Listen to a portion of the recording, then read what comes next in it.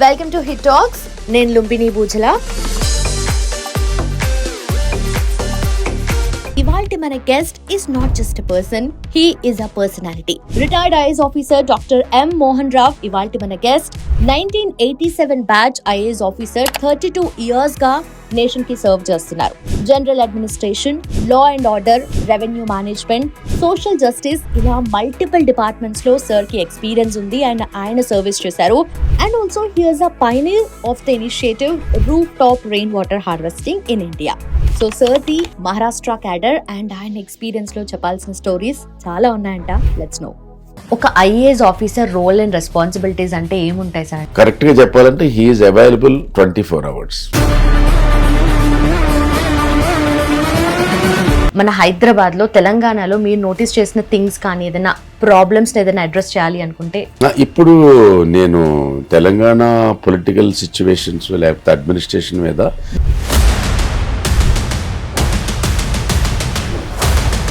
ఇంకా పెరుగుతుంది తప్ప తగ్గటం లేదు. It's progressing. ఉదాహరణకి మా సమయంలో this exam is the toughest examination in the world. Toughest. చాలా మంది ఇంతకుముందు జాబ్స్ చేస్తూ మళ్ళీ వాపస్ వచ్చి రిజైన్ చేసి మళ్ళీ ఎగ్జామ్స్ రాయటము. Average is 29. మా టైంలో అయితే బట్ చాలా మంది ఐఏఎస్ ఐపీఎస్ రావాలని వస్తున్నారు. ఎందుకంటే కేవలం మనం పైసలు సంపాదించటమే. ఇప్పుడు కలెక్టర్గా ఉన్నారంటే ఆ కలెక్టర్ ఆ జిల్లాలో ఏమిటి సమస్య ఉంది. సో ఆల్రెడీ మీరు ఛార్జ్ తీసుకునే టైంకి ఆల్రెడీ ఛాలెంజెస్ మీకోసం వెయిట్ చేస్తూ ఉంటాయి. చాలా ఛాలెంజెస్. అన్నిటికంటే ముందు ఛాలెంజ్ ఏమిటంటే నాకు లాంగ్వేజ్. నిద్రపోతున్నాడని రేపొద్దున మాట్లాడతాననేది క్రైసిస్. అది లేకపోతే ఒక ఫైర్ యాక్సిడెంట్ అయింది, లేకపోతే ఏదన్నా భూజల్ సంవర్ధన్ మిషన్ అని ఒకటి మిషన్ స్టార్ట్ చేశాను. అది కంప్లీట్ గా నా సొంత స్కీమ్. అది అన్ఎంప్లాయ్మెంట్ రేట్ ఎక్కువ ఉంది అన్నట్టుగా ప్రెజెంట్ సినారియో చూస్తుంటే అట్లా అనిపిస్తుంది సార్. అన్ఎంప్లాయ్మెంట్ బేసికలీ ఏంటంటే ఇండియా పాపులేషన్ కూడా బాగా పెరిగిపోయింది.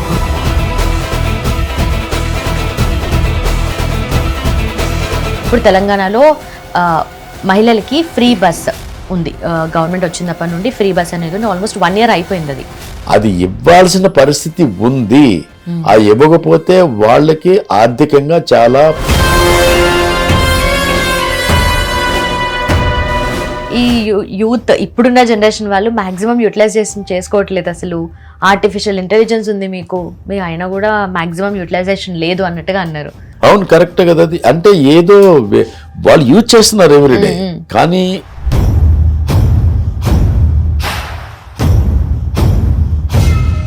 Hello sir, I'm extremely happy and so honored to talk to you. How are you sir? All good. All good. Thank you. Namaskaram sir. So 32 years back అంటే అప్పుడు prepare అయినప్పుడు కూడా అన్ని resources లేవు కదా. సో ఇప్పుడు is entirely different. It's like information ఎరా. ఎక్కడ పిక్ చేసుకోవాలి అనేది కూడా జనాలకు అర్థం అవ్వట్లేదు. సో ఆ టైంలో how could you manage to do things sir? So actually నేను 1983లో ఇక్కడ స్టడీ సర్కిల్లో జాయిన్ అయ్యాను. ఓకే. హైదరాబాద్లో. అప్పుడు దానికి ముందు నేను ఏం చేశానంటే ఎన్సీఆర్టీ బుక్స్ చదువుకుని, ఆ చదువుకున్న తర్వాత వచ్చి స్టార్ట్ చేశాను అనమాట. అప్పుడు మీకు తెలిసిన విషయమే, అప్పుడైతే లైబ్రరీస్ తప్పించి మాకు వేరే శరణ్యం అంటూ ఏమీ లేదు. ఇప్పటిలాగా మనకి ఆర్టిఫిషియల్ ఇంటెలిజెన్స్ లేకపోతే గూగుల్ ఇలాంటివి ఏమీ మనకి లేవు. ఏదైనా చదువుకోవాలంటే లైబ్రరీకి పోవాలి, అక్కడ కొన్ని బుక్స్ తీసుకోవాలి, అవి చదువుకోవాలి, నోట్స్ రాసుకోవాలి, తర్వాత మనకి స్టడీ సర్కిల్లో చెప్పినటువంటి టీచింగ్స్ని చదువుకోవాలి. ఇంతవరకే ఉండేది. ఇప్పుడైతే బాగా ప్రగతిని సాధించింది ఈ విషయంలో. ఏ క్వశ్చన్కి ఆన్సర్ కావాలనుకున్నా కానీ ఇప్పుడు ఒక్కసారి మన గూగుల్లో ఆ క్వశ్చన్ మనం వేసినట్లయితే అది వెంటనే మనకి జవాబు దొరికిపోతుంది. అటువంటి పరిస్థితులు అప్పుడు లేవు. ఒక రకంగా చెప్పాలంటే మేము ఆ టైంలో ఏదైనా బుక్ కూడా దొరకాలంటే కూడా చాలా కష్టమయ్యేది. ఆ లైబ్రరీలో కొన్ని బుక్స్ ఉంటాయి, మనకు కావాల్సిన బుక్ ఉందా లేదా అని కూడా కొంచెం కష్టమైనటువంటి పరిస్థితులు ఉండే అప్పుడు. ఇప్పుడైతే చాలా కంఫర్టబుల్గా ఉంది. ఓకే, అది మనం బేసిక్ డిఫరెన్స్ చెప్పొచ్చు. ఓకే, కాకపోతే ఇంకొక ప్రాబ్లం కూడా ఉంది ఇక్కడ. ఎలాగంటే ఇన్ఫర్మేషన్ చాలా ఎక్కువ దొరికిపోతుంది. Very true. విపరీతమైన ఇన్ఫర్మేషన్ దొరికిపోవడంతో దాంట్లో ఏది కరెక్ట్ ఇన్ఫర్మేషన్, ఏ ఇన్ఫర్మేషన్ మనం మళ్ళీ సెన్సార్ చేసుకుని లేకపోతే దాన్ని కన్సైజ్ చేసుకుని ఏది పెట్టుకోవాలి, అది కూడా ఒక సమస్య. ఇప్పుడు ప్రజెంట్ డేస్లో ఉన్న సమస్య అది. Okay, okay. సో మీరు ఫస్ట్ ప్రిపరేషన్ అయిపోయింది, ఇంటర్వ్యూ ఫేస్ చేశారు సార్. సో ఇంటర్వ్యూ ఫేస్ చేసినప్పుడు చాలా మంది చూస్తున్నాం జనరలీ ఈ మధ్య ఎక్కువ క్వశ్చన్ అండ్ ఆన్సర్స్ అనేటివి ఏవి ఇంటర్వ్యూస్లో అడుగుతారనేది చాలా వైరల్ అవుతూ ఉంది. బట్ ఆ పాయింట్ ఆఫ్ టైంలో ఎలా క్వశ్చన్స్ని ఫేస్ చేయాలనేది కూడా ఐడియా మీరు ప్రిపరేషన్ లెవెల్లోనే ఉంటుంది కదా. సో అంటే మీకు బాగా గుర్తున్నాయి ఆ క్వశ్చన్స్ అంటే? నాకు కొన్ని గుర్తున్నాయి. నేను 3 సార్లు ఇంటర్వ్యూని ఫేస్ చేశాను. 3 సార్లు రాశాను ఎగ్జామ్. 3 సార్లు కూడా ప్రిలిమ్స్ క్లియర్ చేశాను, మెయిన్స్ క్లియర్ చేశాను, ఇంటర్వ్యూ కూడా క్లియర్ చేసి group B, group A, IAS ఆ విధంగా 3 సార్లు కూడా నాకు సర్వీస్ వచ్చింది. ఇంటర్వ్యూ అప్పుడైనా ఇప్పుడైనా కానీ మనకి ఏంటంటే కరెంట్ అఫైర్స్ ఒక ఇష్యూ ఉంటుంది. తర్వాత మనం ఎక్కడి నుంచి వచ్చాం, మన నేటివ్ ప్లేస్, మన నేటివ్ డిస్ట్రిక్ట్, మన నేటివ్ స్టేట్. ఎందుకంటే ఇది all India civil services examination కాబట్టి మన స్టేట్ గురించి మనకి తెలియాలి. బేసిక్ ఇన్ఫర్మేషన్ మన దగ్గర ఉండాలి. ప్లస్ మన హాబీస్, మనకి ఏమైనా హాబీస్ ఉంటే అది మనకి ఇంట్రెస్ట్. అది మన ఇంట్రెస్ట్స్ మీద కూడా వాళ్ళు క్వశ్చన్స్ అడుగుతారు. ఇంకొకటి మన అకాడమిక్ క్వాలిఫికేషన్, మనం ఏం చదివాము, మనం చదువుకున్న దాంట్లో ఏమాత్రమైన ప్రావీణ్యత మనకు ఉందా లేదా అనేది కూడా వాళ్ళు చూస్తారు. సో నాకు గుర్తు ఉన్నది ఏమిటంటే స్వాట్ ఎనాలిసిస్ గురించి అడిగారు. నేను మేనేజ్మెంట్ చేశాను, MBA. సో స్వాట్ ఎనాలిసిస్ మీద నా మీద క్వశ్చన్ వేశారు. సో అప్పుడు నేను అది strengths, weakness, opportunity and threat అని ఎగ్జాంపుల్ చెప్తూ అది చెప్పాను. ఇంకొకటి వెస్ట్ గోదావరి గురించి అడిగారు. నేను I'm from west Godavari district. అప్పుడు వెస్ట్ గోదావరి విసావి అగ్రికల్చర్, అలాగా మనది ఏమిటంటే IADP ఇంటెన్సివ్ అగ్రికల్చర్ డెవలప్మెంట్ ప్రాజెక్ట్స్లో ఆంధ్రప్రదేశ్కి వెస్ట్ గోదావరిని సెలెక్ట్ చేశారు. అలాగే ప్రతి స్టేట్లోనూ ఇప్పుడు తమిళనాడులో తంజావూరు, ఒడిశాలో సంబల్పూర్, ఆ విధంగా అండ్ మధ్యప్రదేశ్లో రాయ్పూర్.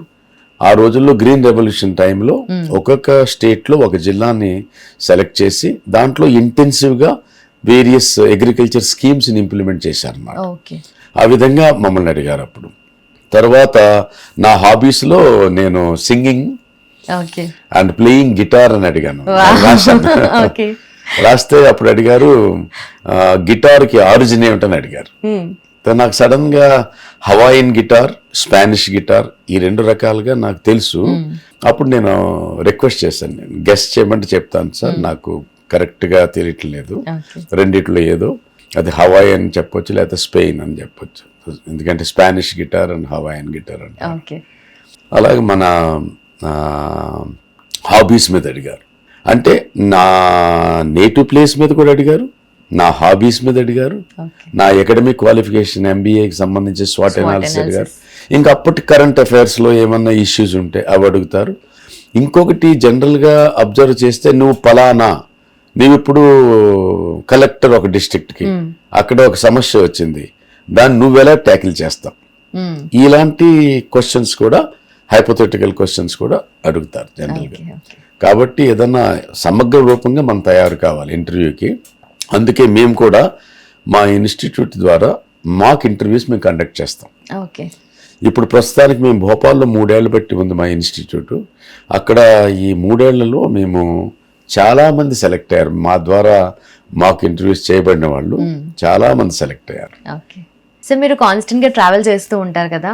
సో భోపాల్ వెళ్ళొచ్చారు and next month maybe I think US వెళ్తున్నారు అండ్ హైదరాబాద్లో ఉంటున్నారు, మధ్యప్రదేశ్ క్యాడర్లో సర్వ్ చేశారు. సో ఇన్ని ప్లేసెస్ తిరుగుతూ ఉంటారు అండ్ ఇప్పుడు హైదరాబాద్లో ఉంటున్నారు కదా. సో అంటే ఈ ప్లేస్లో what are the things you have noticed sir so far ఇప్పటి వరకు మన హైదరాబాద్లో, తెలంగాణలో మీరు నోటీస్ చేసిన థింగ్స్ కానీ ఏదైనా ప్రాబ్లమ్స్ని ఏదైనా అడ్రస్ చేయాలి అనుకుంటే వాట్ డు యూ సే? ఇప్పుడు నేను తెలంగాణ పొలిటికల్ సిచ్యువేషన్స్ లేకపోతే అడ్మినిస్ట్రేషన్ మీద ఎక్కువ నాకు ఇప్పుడు కరెక్ట్గా ఆనెస్ట్గా చెప్పాలంటే అంత అవగాహన నాకు లేదు. ఎందుకంటే చాలా రీసెంట్గా మేము ఇప్పుడు హైదరాబాద్ వచ్చాం. ఇంతకుముందు ఎప్పుడు మేము మధ్యప్రదేశ్లోనే ఉన్నాం. మా ఇన్స్టిట్యూట్ కూడా 2022 నుంచి అక్కడే ఉంది కాబట్టి కంటిన్యూస్గా ఉన్నాము. ఇప్పుడు వీ కీప్ అబ్జర్వింగ్. బట్ ఈ మధ్యకాలంలో నేను చూసింది ఏమిటంటే చాలా ప్రోగ్రెసివ్గా అయితే కనిపిస్తుంది. ఇప్పుడు మన కాంపిటేటివ్ ఎగ్జామ్స్ని చూసుకున్నట్లయితే తెలంగాణ గవర్నమెంట్ ఆల్రెడీ ఇప్పుడు మెయిన్స్ అయిపోయింది, గ్రూప్ 1, గ్రూప్ 2 కూడా అయిపోయింది. ఇప్పుడు మరి ఎనీ టైం మళ్ళీ నోటిఫికేషన్స్ రావచ్చు. అంటే ఒక మళ్ళీ ప్రోగ్రెసివ్గా వెళుతున్నట్లుగా అనిపిస్తుంది. ప్రయత్నాలు అయితే చేస్తున్నారు. వారు చేసినటువంటి ప్రామిసెస్ని ఇంప్లిమెంట్ చేయడానికి పూర్తిగా ప్రయత్నం చేస్తున్నట్లయితే ప్రైమా ఫేసి కనపడుతుంది. చాలా తక్కువ వ్యవధిలో అంత అనలైజ్ చేయటం కష్టం, బట్ అలా అనిపిస్తుంది నాకు. ఓకే, సో ప్రతి ప్లేస్ లో ఐ థింక్ మీకు ఇరానీ చాయ్ అంటే బాగా ఇష్టం హైదరాబాద్ లో. సో అలా ఇంకా ఇంట్రెస్టింగ్ థింగ్స్ ఏమి ఇష్టం సార్ మీకు? ఇరానీ చాయ్ అంటే చాలా ఇష్టం. ఎందుకంటే నేను ఎగ్జామ్కి ఇక్కడే ప్రిపేర్ అయ్యాను, యూపీఎస్సి. తర్వాత కొన్నాళ్ళు జాబ్ కూడా ఇక్కడే చేశాను నేను. సో హైదరాబాద్ అంటే చాలా ఇష్టం. హైదరాబాద్లో ఆ సమోసా విత్ ప్యాజ్, ఉల్లిపాయతో సమోసాలు చిన్న చిన్నవి ఉంటాయి ఇక్కడ. అవి చాలా క్రిస్పీగా అవి తింటూ ఒక ఇరానీ చాయ్ తాగితే వెంటనే మళ్ళీ స్టిమ్యులేట్ అవుద్ది, మళ్ళీ కంఫర్టబుల్గా ఉంటుంది. హైదరాబాద్లో చాలా మంచి మంచి డిష్లు ఫేమస్ కదా. నాన్ వెజ్ తినే వాళ్ళకి హైదరాబాద్ బిర్యానీ అంటే మొత్తం మనం వరల్డ్ ఫేమస్ అని చెప్పుకోవచ్చు. హైదరాబాద్ వచ్చిన వాళ్ళు డెఫినెట్గా టేస్ట్ చేస్తారు దాన్ని. ఎస్. సో ఒకప్పటికి ఇప్పటికీ UPSC, IAS, IPS, IFS craze అనేది అప్పటికి ఇప్పటికీ సేమ్ అనిపిస్తుందా మీకు? అంటే లేదంటే చాలామంది ఇప్పుడు అన్ఎంప్లాయిడ్ ఉన్నా కూడా ఎన్ని ఇయర్స్ ఆఫ్ ప్రిపరేషన్ తర్వాత కూడా ఇంకా కంటిన్యూ చేస్తున్నారు. సో ఆ జీల్ అనేది స్టూడెంట్స్లో ఉంది, ఆస్పిరెంట్స్లో ఉంది. సో అప్పటికి ఇప్పటికి ఏమైనా డిఫరెన్సెస్ ఏమైనా నోటీస్ చేశారా మీరు? ఇంకా పెరుగుతుంది తప్ప తగ్గటం లేదు. It's progressing. ఉదాహరణకి మా సమయంలో కొన్ని లక్షల మంది రాసేవారు, ఇప్పుడు చాలా మంది ఇంకెక్కువ రాస్తున్నారు. ఎందుకంటే ఆ క్రేజ్ పోదది. UPSC is a challenge also for testing one's own intelligence and knowledge. It is excellent test, I can tell you, because this exam is the toughest examination in the world. Toughest, ఎంప్లాయ్మెంట్లో toughest అన్నమాట ఇది. కాబట్టి ప్రతి వ్యక్తి కూడా try చేయడానికి చూస్తాడు. ఇప్పుడు అయితే మా దగ్గర కూడా ఇన్స్టిట్యూట్లో జాయిన్ అయ్యే వాళ్ళు ఉంటారు, ఎంతో మంది టెక్నోక్రాట్స్. ఇన్ని అవెన్యూస్ ఉన్నప్పటికీ వాళ్ళు ఐటీ సెక్టర్లో వెళ్ళి జాబులు చేయొచ్చు. కొంతమంది జాబులు చేసి రిజైన్ చేసి మా దగ్గరికి వస్తారు. నాకు డైరెక్ట్ ఎగ్జాంపుల్ ఏమిటంటే, నేను 2010లో మధ్యప్రదేశ్లో అడ్మినిస్ట్రేటివ్ అకాడమీకి డైరెక్టర్గా ఉన్నాను. అప్పుడు ఒక 80 మంది ప్రొబేషనర్స్ మా దగ్గరికి ఫౌండేషన్ కోర్స్కి వచ్చారు. అప్పుడు ఏం చేశారంటే, జనరల్గా మనకి ఫౌండేషన్ కోర్స్ ముస్సూరులో జరుగుతుంది. Lal Bahadur Shastri National Academy of Administration అంటాం దాన్ని, లబాసన్ అని పిలుస్తూ ఉంటారు ఇప్పుడు. సో అక్కడ మనకి ఫౌండేషన్ కోర్స్ జరుగుతుంది. ఇప్పుడు 2010లో 4 సెంటర్స్లో పంపించారు. ముస్సూరులో కొంతమంది నాగ్పూర్ ఇన్కమ్ ట్యాక్స్ అకాడమీ, కొంతమంది భోపాల్ అడ్మినిస్ట్రేటివ్ అకాడమీ, కొంతమంది మరి చెన్నారెడ్డి అకాడమీ, అలాగే హైదరాబాద్. ఇలా పంపిస్తే మా దాంట్లో 80 మంది జాయిన్ అయ్యారు. 120 ఎంతో జాయిన్ కావాలి. కొంతమంది మళ్ళీ ఎగ్జామ్ రాయటం వలన జాయిన్ అయిన వాళ్ళతో ఇంటరాక్ట్ చేస్తే యావరేజ్ ఏజ్ వాజ్ 29 years. దాని అర్థం ఏమిటంటే, చాలామంది ఇంతకుముందు జాబ్స్ చేస్తూ మళ్ళీ వాపస్ వచ్చి రిజైన్ చేసి మళ్ళీ ఎగ్జామ్స్ రాయటము, లేదా జాబ్ చేస్తూ రాయటము. Average age 29. మా టైంలో అయితే 25 మ్యాక్సిమం యావరేజ్ ఏజ్. తర్వాత ఇంకొకటి చెప్పాలంటే, ఏదో ఒక జాబ్ చేసి మళ్ళీ దాన్ని వదిలిపెట్టి మళ్ళీ యూపీఎస్సీ రాస్తున్నారు. అంటే యూపీఎస్సీ మీద క్రేజ్ మీకు అర్థమైపోతుంది. ఏ జాబ్ చేస్తున్నా కానీ వాళ్ళకి సాటిస్ఫాక్షన్ లేదు, మనం యూపీఎస్సీ చేయాలి, మళ్ళీ కావాలి. ఆ విధంగా నేను చూశాను అనమాట. అంటే క్రేజ్ మాత్రం ఏ మాత్రం తగ్గలేదు, దినదినాభివృద్ధి చెందుతూనే ఉంది. బట్ ఒక ఐఏఎస్ ఆఫీసర్ లైక్ లేటెస్ట్ ఇంటర్వ్యూస్లో అని చెప్పింది ఏంటంటే, చాలామంది ఆ క్రేజ్ వల్ల ఓకే ప్రిపేర్ అవుదాము, మనం కూడా జాబ్ కొడదాము, అంటే మన స్టామినా ఏంటి, అబిలిటీ ఏంటి అనేది, బ్యాక్గ్రౌండ్ ఏంటి అనేది కాకుండా ఆ ప్రిపేర్ అవుదాము, మనం జాబ్ కొడదామని వస్తున్నారు. బట్ ఎవరైతే వస్తున్నారో టీనేజ్ దాటిన తర్వాత, ఎవరైతే 20sలో లేట్ 20sలో ఉన్న వాళ్ళు కూడా వస్తున్నారు. అండ్ ఆ ప్రైమ్ టైంని వాళ్ళు ఇక్కడ మ్యాక్సిమం పెట్టేస్తున్నారు. అదే టైంలో వాళ్ళు ప్రొఫెషనల్ కోర్సెస్ నేర్చుకొని, టెక్నికల్గా ఏదైనా నేర్చుకొని అలా వెళ్ళిపోతే వాళ్ళు ఇంకా బెటర్గా ఎర్న్ చేస్తారు, బెటర్ పొజిషన్లో ఉంటారు. బట్ చాలామంది ఐఏఎస్, ఐపీఎస్ రావాలని వస్తున్నారు. ఎందుకంటే కేవలం మనం పైసలు సంపాదించటమే మెయిన్ లక్ష్యం కాదు. జనరల్గా అందరికీ కూడా ఏదో రకం, ఎందుకంటే ఈ ఐఏఎస్ కానీ ఐపీఎస్ కానీ ఐఎఫ్ఎస్ కానీ ఇన్కమ్ ట్యాక్స్, కస్టమ్స్, ఇంకా వేరియస్ అలైడ్ సర్వీసెస్ ఉన్నాయి. ప్రతిదీ కూడా చాలా important service for the government of India or all governments. ప్రతి సర్వీసులోనూ ఒక ప్రాముఖ్యత ఉంది. అందులో ఉన్న రెస్పాన్సిబిలిటీస్ చాలా ఎక్కువగా ఉంటాయి. ఆ రెస్పాన్సిబిలిటీస్ కూడా ఒక రకమైనటువంటి జాబ్ సాటిస్ఫాక్షన్కి పనికొస్తాయి. ఇప్పుడు కలెక్టర్గా ఉన్నారంటే ఆ కలెక్టర్ ఆ జిల్లాలో ఏదన్నా ఏమిటి సమస్య ఉంది, ఈ సమస్యను ఏ విధంగా మనం పరిష్కరించాలి, దానికి తనకున్నటువంటి నాలెడ్జ్, తనకున్నటువంటి ఇంటెలిజెన్స్, తనకున్నటువంటి అనుభవాలన్నింటిని కూడా కలిపి ఏ విధంగా ఆ సమస్యను నిర్మూలించాలి లేదా నిర్మూలించడానికి దోహదపడాలి, ఈ ఫీలింగ్స్ వచ్చినా చేయగల కెపాసిటీ ఈ సర్వీసెస్లో ఉన్న వాళ్ళకే ఉంటాయి. ఎంతో మందికి మంచి మంచి పోస్టులు చేయొచ్చు, టెక్నికల్గా వాళ్ళు డబ్బు బాగా సంపాదించవచ్చు, కానీ ఈ పనులు చేయాలంటే వాళ్ళు చేయడానికి అర్హులు కాదు, చేయడానికి ప్రయత్నం కూడా చేయరు, ఎందుకంటే వాళ్ళ ఏరియా కాదు అది. బట్ ఈ సర్వీసెస్లో ఏదన్నా చేయాలనుకుంటే ఎన్నో చేసిన వాళ్ళు ఉన్నారు. ఎన్నో కొన్ని క్రొత్త స్కీమ్స్ని డెవలప్ చేసి గవర్నమెంట్కి ఎంతో సహాయపడిన వాళ్ళు, ప్రజలకు సహాయపడిన వాళ్ళు చాలా మంది ఆఫీసర్స్ ఉన్నారు దేశంలో. సో ఫస్ట్ మీరు క్యాడర్ అలాట్మెంట్ ఉంటుంది కదా, సో ఫస్ట్ మీరు ఎక్కడ పోస్ట్ అయ్యారు? నాకు ఫస్ట్ ఒరిజినల్గా వెస్ట్ బెంగాల్ కార్డర్ వచ్చింది నాకు. ఓకే. వెస్ట్ బెంగాల్ కార్డర్ వచ్చిన తర్వాత మా ఇద్దరికేమో ఫిబ్రవరిలో పెళ్ళయింది. అయిన తర్వాత తను ఎన్పిఏకి వెళ్ళిపోయింది, పోలీస్ అకాడమీకి. వాళ్ళకి మేలో తనకు కార్డర్ వచ్చింది, మధ్యప్రదేశ్ కార్డర్ వచ్చింది. అప్పుడు నేను అప్లై చేశాను. నన్ను వెస్ట్ బెంగాల్ నుంచి మధ్యప్రదేశ్ కానీ లేకపోతే తనని మధ్యప్రదేశ్ నుంచి వెస్ట్ బెంగాల్ కానీ ఎక్కడైనా పోస్ట్ చేయండి, ప్రత్యేకించి మనం దేని గురించి మనం అడగలేదు, ఎక్కడైనా ఒక చోట పోస్ట్ చేయండి, పెళ్ళయింది కాబట్టి. అంటే చాలా ఫాస్ట్గా అయిపోయింది నాది. అంటే నేను ఆగస్టు బీర్భూమ్ డిస్ట్రిక్ట్లో నేను ప్రొబేషనర్గా వెళ్ళాను, అసిస్టెంట్ కలెక్టర్గా వెస్ట్ బెంగాల్లో 1 month ఉన్నాను అక్కడ. తర్వాత మధ్యప్రదేశ్ కార్డర్ ట్రాన్స్ఫర్ అయిపోయింది. సో మధ్యప్రదేశ్ వచ్చి ఇంక మధ్యప్రదేశ్లో రాయ్పూర్ డిస్ట్రిక్ట్లో 1988లో అసిస్టెంట్ కలెక్టర్గా డిస్ట్రిక్ట్ ట్రైనింగ్కి వెళ్ళాను. అది ఎలా ఉంటుందంటే మనకి సర్వీస్ రాగానే 1 year ఫౌండేషన్ కోర్స్ ఉంటుంది, నెక్స్ట్ phase 1 ఉంటుంది, తర్వాత డిస్ట్రిక్ట్ ట్రైనింగ్ ఉంటుంది 1 year, మళ్ళీ వాపస్ phase 2 ముస్సోరిలో ఉంటుంది. ఆ విధంగా 1 year training, 1 year field training, ఆ విధంగా జరిగి 2 years అయిన తర్వాత అప్పుడు మనకి సబ్ కలెక్టర్ అంటారు ఇక్కడ ఆంధ్రప్రదేశ్లో, తెలంగాణలో. మమ్మల్ని అక్కడ SDM అంటారు, sub divisional magistrate and sub divisional officer. అవి పోస్ట్గా చేస్తారు. ఓకే. సో ఆల్రెడీ మీరు ఛార్జ్ తీసుకునే టైంకి ఆల్రెడీ ఛాలెంజెస్ మీకోసం వెయిట్ చేస్తూ ఉంటాయి మీరు అలాట్ చేసిన డిస్ట్రిక్ట్ లో. చాలా ఛాలెంజెస్ గురించి చెప్తారా? అన్నిటికంటే ముందు ఛాలెంజ్ ఏమిటంటే నాకు లాంగ్వేజ్. ఓకే. ఛత్తీస్గఢీ హిందీయే కాకుండా మళ్ళీ ఛత్తీస్గఢీ మాట్లాడేవారు. సో ఫస్ట్ టైం నేను ఫేస్ చేసింది ఏంటంటే మనం 10th వరకు హిందీ చదివాం, అంతకుముందు చదవటం వచ్చు కానీ మాట్లాడటం రాదు కదా, చదవటం రాయటం చేయగలం. సో ఫస్ట్లో చాలా కొంచెం కామెడీ కూడా ఏది అప్పుడప్పుడు మనకు తెలిసిన 4-5 శబ్దాలతో మొత్తం అన్నిటికి ఉపయోగించేయటం, అదే మాటలు నహి, హా ఇలాంటివి వాటితోనే ఎక్కువ నడిపించేయటం. ఎక్కువ సంస్కృతం మనకి ఆంధ్ర భాషలో, మనకి తెలుగు భాషలో సంస్కృతం కూడా బాగానే ఉంటుంది కాబట్టి ఆ సంస్కృతం వర్డ్స్ ఎక్కువ యూజ్ చేసేవాడిని. కొన్ని వర్డ్స్ మనకు కొంచెం సిమిలర్ ఉంటాయి, ఆ మీనింగ్ కూడా అర్థం అవుతుంది. అది తర్వాత హిందీలో మన ప్రాబ్లం ఏంటంటే స్త్రీలింగం పుల్లింగం ఇవి మనకి మేజర్ ప్రాబ్లమ్స్, అదొక ప్రాబ్లం. సో ఫస్ట్ 3 months మంచి టఫ్ అయింది. అప్పుడు ముస్సోరిలో కొద్దిగా నేర్చుకున్నాం.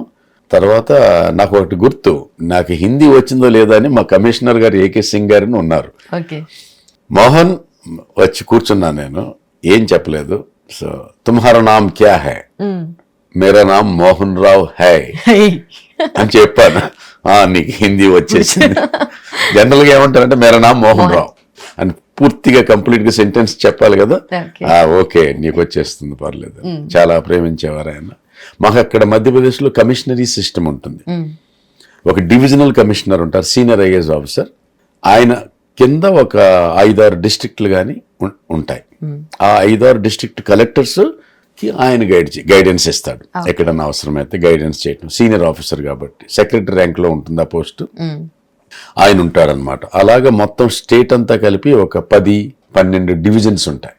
ఆ 12 డివిజన్స్ కింద మొత్తం మనకి 4 జిల్లాలు ఒక్కొక్క డివిజన్ కింద, కొన్ని చోట్ల 5, కొన్ని చోట్ల 3, ఆ విధంగా ఉంటాయన్నమాట. సో అదొక మనకు సపోర్ట్ దొరుకుతుంది అక్కడ. సిస్టమ్ బాగుంది. అది డివిజనల్ సిస్టమ్ మాకైతే చాలా కంఫర్టబుల్గా ఫీల్ అయ్యేవాళ్ళం. ఏదైనా ప్రాబ్లం వస్తే సడన్గా మనకి రాజధానిలోనే మాట్లాడటం కంటే ఇమీడియట్గా మనకి ఒక సీనియర్ ఆఫీసర్ దొరుకుతారు. సో అది okay. So decentralisation of power. Decentralisation. And also sir, apart from language issues, already అక్కడ ఛాలెంజెస్ అన్నారు. అది కాకోకుండా మీకు ఛత్తీస్గఢ్లో ఏంటంటే కొంచెం అప్పుడు ఆ రోజుల్లో డ్రాట్ కొద్దిగా వస్తూ ఉండేది. అప్పుడు ఏం చేయాలంటే మనకి ఇమీడియట్గా కొన్ని సంక్షేమ కార్యక్రమాలు చేపట్టి, లేదా ఏదో సమ్ వర్క్స్ చేపట్టి, ఆ వర్క్స్లో లేబర్ చేత పనులు చేయించి వాళ్ళకి వేజెస్ ఇస్తే వాళ్ళకి మళ్ళీ ప్రాబ్లమ్స్ ఉండవు కదా. ఈ ఆకలి ఇలాంటివి ఇష్యూస్ ఉండవు అనమాట. వాళ్ళకి ఇమీడియట్గా ఏదో రకంగా వర్క్, ఫుడ్ ఫర్ వర్క్ లాగా అనమాట. పని చేస్తే వాళ్ళకి కొన్ని ఇవ్వటం, వాళ్ళ వేజెస్ ఇవ్వటం, తో వాళ్ళు ఏ విధమైనటువంటి ఆకలి బాధలు లేకోకుండా సస్టైన్ అవటం కోసమని ఇలాంటి వర్క్స్ ఎస్పెషల్లీ సమ్మర్ టైంలో బాగా ఉండేవి. అక్కడ బాగా రిలీఫ్ వర్క్స్ అంటారు వాటిని. ఆ రిలీఫ్ వర్క్స్ చేపట్టడం. తర్వాత ఇంకొకటి ఏమిటంటే అక్కడ టెండు లీవ్స్ అని ఉంటాయి, బీడీ పత్తా అంటారు వాళ్ళు.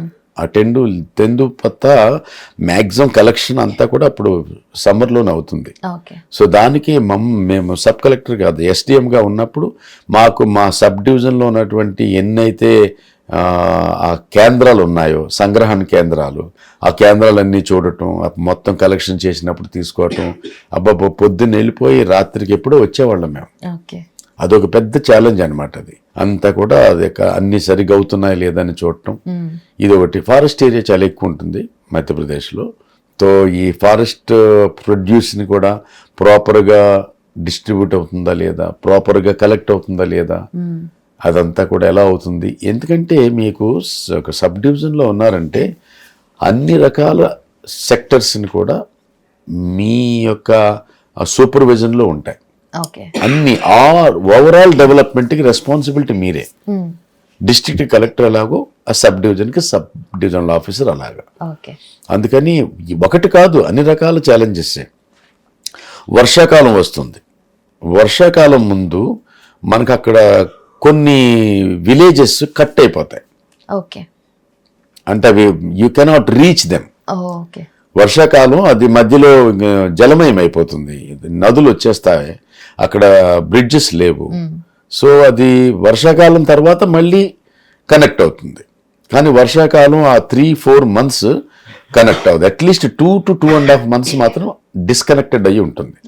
సో అక్కడ ఫుడ్ గ్రెయిన్స్ ఉన్నాయా లేదా, అక్కడ ఫెర్టిలైజర్ అన్నీ ఉన్నాయా లేదా, తర్వాత అక్కడ మెడిసిన్స్ అన్నీ ప్రాపర్గా ఉన్నాయా లేదా, అన్ని రకాల అవసరాలు అక్కడ ముందుగానే మనం చేసుకోవాలి. అంటే మనకి స్కూల్స్లో కానీ ఇంకా వేరే కానీ గోడౌన్స్ ఆల్రెడీ ఉంటే వాటిని చేసుకుని వాటిలో ఇవన్నీ స్టోర్ చేయాలి. లేకపోతే అక్కడ ఉన్నటువంటి ప్రజలకు మరి ఏం దొరకవు కదా, ఎందుకంటే డిస్కనెక్టెడ్ అయిపోయి ఉంటారు కదా. ఇదొక ఛాలెంజ్ ఉండింది అప్పుడు. ఇప్పుడైతే నెట్వర్క్ బాగా డెవలప్ అయ్యి రోడ్స్, ఇన్ఫ్రాస్ట్రక్చర్ బాగా డెవలప్ అయింది. I'm talking about 1988-89. 89లో అంత రోడ్స్, బ్రిడ్జెస్ అంత లేవు. కల్వర్ట్లాగా ఉండేది, ఒక పైరీ నది అని ఒక నది ఉండేది. అది మేము ఎంత లేదన్నా 4 నెలల వరకు కూడా మేము డిస్ట్రిక్ట్ హెడ్ క్వార్టర్స్కి వెళ్ళటం అట్లీస్ట్ 2 months వెరీ డిఫికల్ట్గా ఉండేది. జీప్ నుంచి ట్రై చేసి ఎప్పుడప్పుడు వెళ్ళేవాళ్ళము, లేకపోతే రిస్క్ అనమాట అది. సో అందుకని ఈ ఛాలెంజెస్ చాలా ఎక్కువ ఉండే అప్పుడు. అంటే జనరలీ ఐఏఎస్ అవ్వాలి అనుకుంటే ఆ అథారిటీ, ఆ పవర్ని చూస్తారు, కానీ అన్ని లెవెల్స్లో వర్క్ని కోఆర్డినేట్ చేసుకోవడము అంటే ఇంత వర్క్ ఉంటుందా అనేది జనరలీ ఎక్స్పెక్ట్ చేయలేరు. బట్ యా, అంటే ఎన్ని ఛాలెంజెస్ ఉన్నప్పటికీ sir, what constantly motivates you to work sir? అదే యాక్చువల్గా నీకేంటంటే ఒక పని చేస్తున్నాం మనం. ఆ పని చేస్తున్నప్పుడు ఎవరికైనా ఒక పర్టికులర్ ఎండ్ పాయింట్ ఉంటుంది కదా. వాస్తవంగా బెనిఫిషరీ ఎక్కడో ఉంటాడు. మనకి ఇక్కడి నుంచి ఆ బెనిఫిషరీకి ఆ బెనిఫిట్ వెళ్ళాలి. ఆ బెనిఫిట్ వెళ్ళిన తర్వాత ఆ వ్యక్తిలో ఉన్నటువంటి ఆనందం చూస్తారు కదా, అంతకు మించిన జాబ్ సాటిస్ఫాక్షన్ ఇంకేం ఉండదు. ఓకే మనం ఏదన్నా ఒక పర్టికులర్ స్కీమ్ ఉంటే ఆ స్కీమ్ని ప్రాపర్గా ఇంప్లిమెంట్ చేస్తే ఓకే అది సక్సెస్ఫుల్గా ఇంప్లిమెంట్ అయితే దాంట్లో వచ్చే ఆనందం అదొక యాక్టివిటీ ట్రాప్ అనుకోవచ్చు, మనం అదొక ఎడిక్షన్ అనుకోవచ్చు. ఓకే అటువంటి ఆనందాన్ని పొందుతూ ఆ ప్రజల్లో ఒక రకమైనటువంటి హ్యాపీనెస్ చూస్తే ఇంకా ఇంకా ఏవేవో క్రొత్త స్కీమ్స్ని చేపట్టాలని, ఇంకేదన్నా చేయాలని, లోకల్ సమస్యలు ఏమైనా ఉంటే వాటిల్ని సాల్వ్ చేయడానికి ఇంకేమన్నా మనం క్రొత్త స్కీమ్ని కానీ ప్రాజెక్ట్ని కానీ మనం డెవలప్ చేసి దాన్ని ఇంప్లిమెంట్ చేద్దామంటే ఆ ప్రాజెక్ట్ డెవలప్ చేసి అది కలెక్టర్ గారికి చెప్పి ఆ కలెక్టర్ గారితో కన్విన్స్ చేసి ఇలా చేద్దామని చెప్తే చేయమని గో హెడ్ అని చెప్తే అది కంప్లీట్గా న్యూ స్కీమ్ మనకు. అది ఆ న్యూ స్కీమ్ చేసి ఎన్నో ఉన్నాయి అలాంటి స్కీమ్స్. ఓకే సో జనరలీ మీరు వెస్ట్ గోదావరి అక్కడికి వెళ్ళారు, వెస్ట్ బెంగాల్ అండ్ నెక్స్ట్ మధ్యప్రదేశ్కి వెళ్ళారు.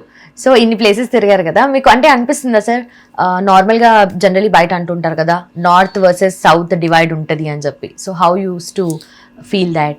నార్త్ వర్సెస్ సౌత్ అనే ఫీలింగ్ అయితే జనరల్గా మనం ఆంధ్ర నుంచి కానీ, ఆంధ్రప్రదేశ్ అయినా, తమిళనాడు అయినా, కేరళ అయినా, కర్ణాటక అయినా మనం అందరం కూడా మద్రాసీసే. ఓకే అసలు అది ముందు ఆ ప్రాబ్లమ్ని క్లియర్ చేయటమే మాకు కష్టమైంది. We are not from Madrasis, I'm an Andhraite, I'm from Andhra Pradesh ఇలా చెప్పేవాళ్ళం అప్పుడప్పుడు. అంటే వాళ్ళకి జనరల్ గా ఫీలింగ్ అనమాట అది. ఇక అక్కడి నుంచి నాగ్పూర్ నుంచి డౌన్ సౌత్ అంటే అంతా సౌత్ ఇండియన్స్ అన్నట్లుగా. బట్ సౌత్ ఇండియన్స్ అంటే చాలా గౌరవం నార్త్ లో, అడ్మినిస్ట్రేషన్ లో. వాళ్ళు స్మార్ట్ గాను ఉంటారు, చాలా ఫాస్ట్ గా పనిచేస్తారు, ఇంటెలిజెన్స్, హార్డ్ వర్కింగ్. ఓకే ఈ ఫీలింగ్స్ అయితే వాళ్ళకు ఉండేది. ఓ ఎస్, ఎందుకంటే పెద్ద పెద్ద పేరు గాంచినటువంటి కలెక్టర్స్ చాలా మంది సౌత్ ఇండియా నుంచి ఉన్నారు కదా. అందుకని వాళ్ళంటే మంచి గురి. ఇంకొకటి ఏంటంటే మనకి అక్కడ పనిచేస్తున్నాం మనం నార్త్లో, మనకు బంధువర్గం అంటూ ఎవరు ఉండరు కాబట్టి మన ఇంప్లిమెంటేషన్లో చాలా ఎక్కువ ట్రాన్స్పరెన్సీ ఉంటుంది మనం చేసే దాంట్లో. ఎందుకంటే మనం ఎవరికి పక్షపాత వైఖరి అంటూ ఏముండదు, అందరూ సమానమే మనకి, ఎవరో మన రిలేటివ్స్ ఎవరు లేరు. సో ప్రతి వ్యక్తిలోనూ కొద్దో గొప్ప సబ్జెక్టివ్ యాటిట్యూడ్ ఉంటుంది. ఆ యాటిట్యూడ్ అక్కడ అవసరం లేదు, ఎందుకంటే సంబంధించిన వాళ్ళు ఎవరు లేకపోతే మనం ఆ సబ్జెక్టివ్ యాటిట్యూడ్తో ఎవరికన్నా మనం సహాయం చేద్దాం, ఎక్స్ట్రా సహాయం చేద్దాం, అవుట్ ఆఫ్ ద వే వెళ్ళి చేద్దాం, లేకపోతే రూల్స్ని కొన్నిటిని ఉల్లంఘిద్దాం అనే ఛాన్సెస్ లేవు అక్కడ. ఎందుకంటే మనకి అదొక అడ్వాంటేజ్, బ్లెస్సింగ్ ఇన్ డిస్గైజ్ అని చెప్పొచ్చు. ఓకే, ఇక్కడ ఎవరో ఒకరు తెలిసిన వాళ్ళు ఉంటారు, అడ్జస్ట్ పెట్టండి, వారి ఏదో ఒక టైంలో ఇంపాక్ట్ చేయడానికి ట్రై చేస్తున్నారు. అంటే రూల్స్ ప్రకారం వెళ్ళినప్పటికీ కూర్చోవడమని చెప్తాం, అక్కడ అలాంటిది ఏం లేదు, అదొక అడ్వాంటేజ్ అది. కాబట్టి బేసికల్లీ నా సౌత్ ఇండియన్స్ అంటే వేరే నెగిటివ్ ఫీలింగ్ ఏం లేదు అక్కడ,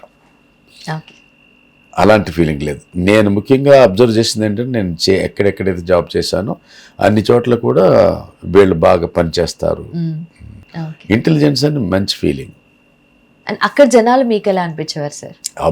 ఛత్తీస్గఢ్లో ఫస్ట్లో వెళ్ళాం కదా, చాలా మూఫట్ వాళ్ళు అనమాట, స్ట్రైట్ గా మాట్లాడతారు, స్వచ్ఛంగా ఉంటారు, వాళ్ళు ఏముంటుంది చెప్పేస్తారు, కొంచెం అమాయకంగా కూడా ఉన్నట్లుగా నేను చూశాను.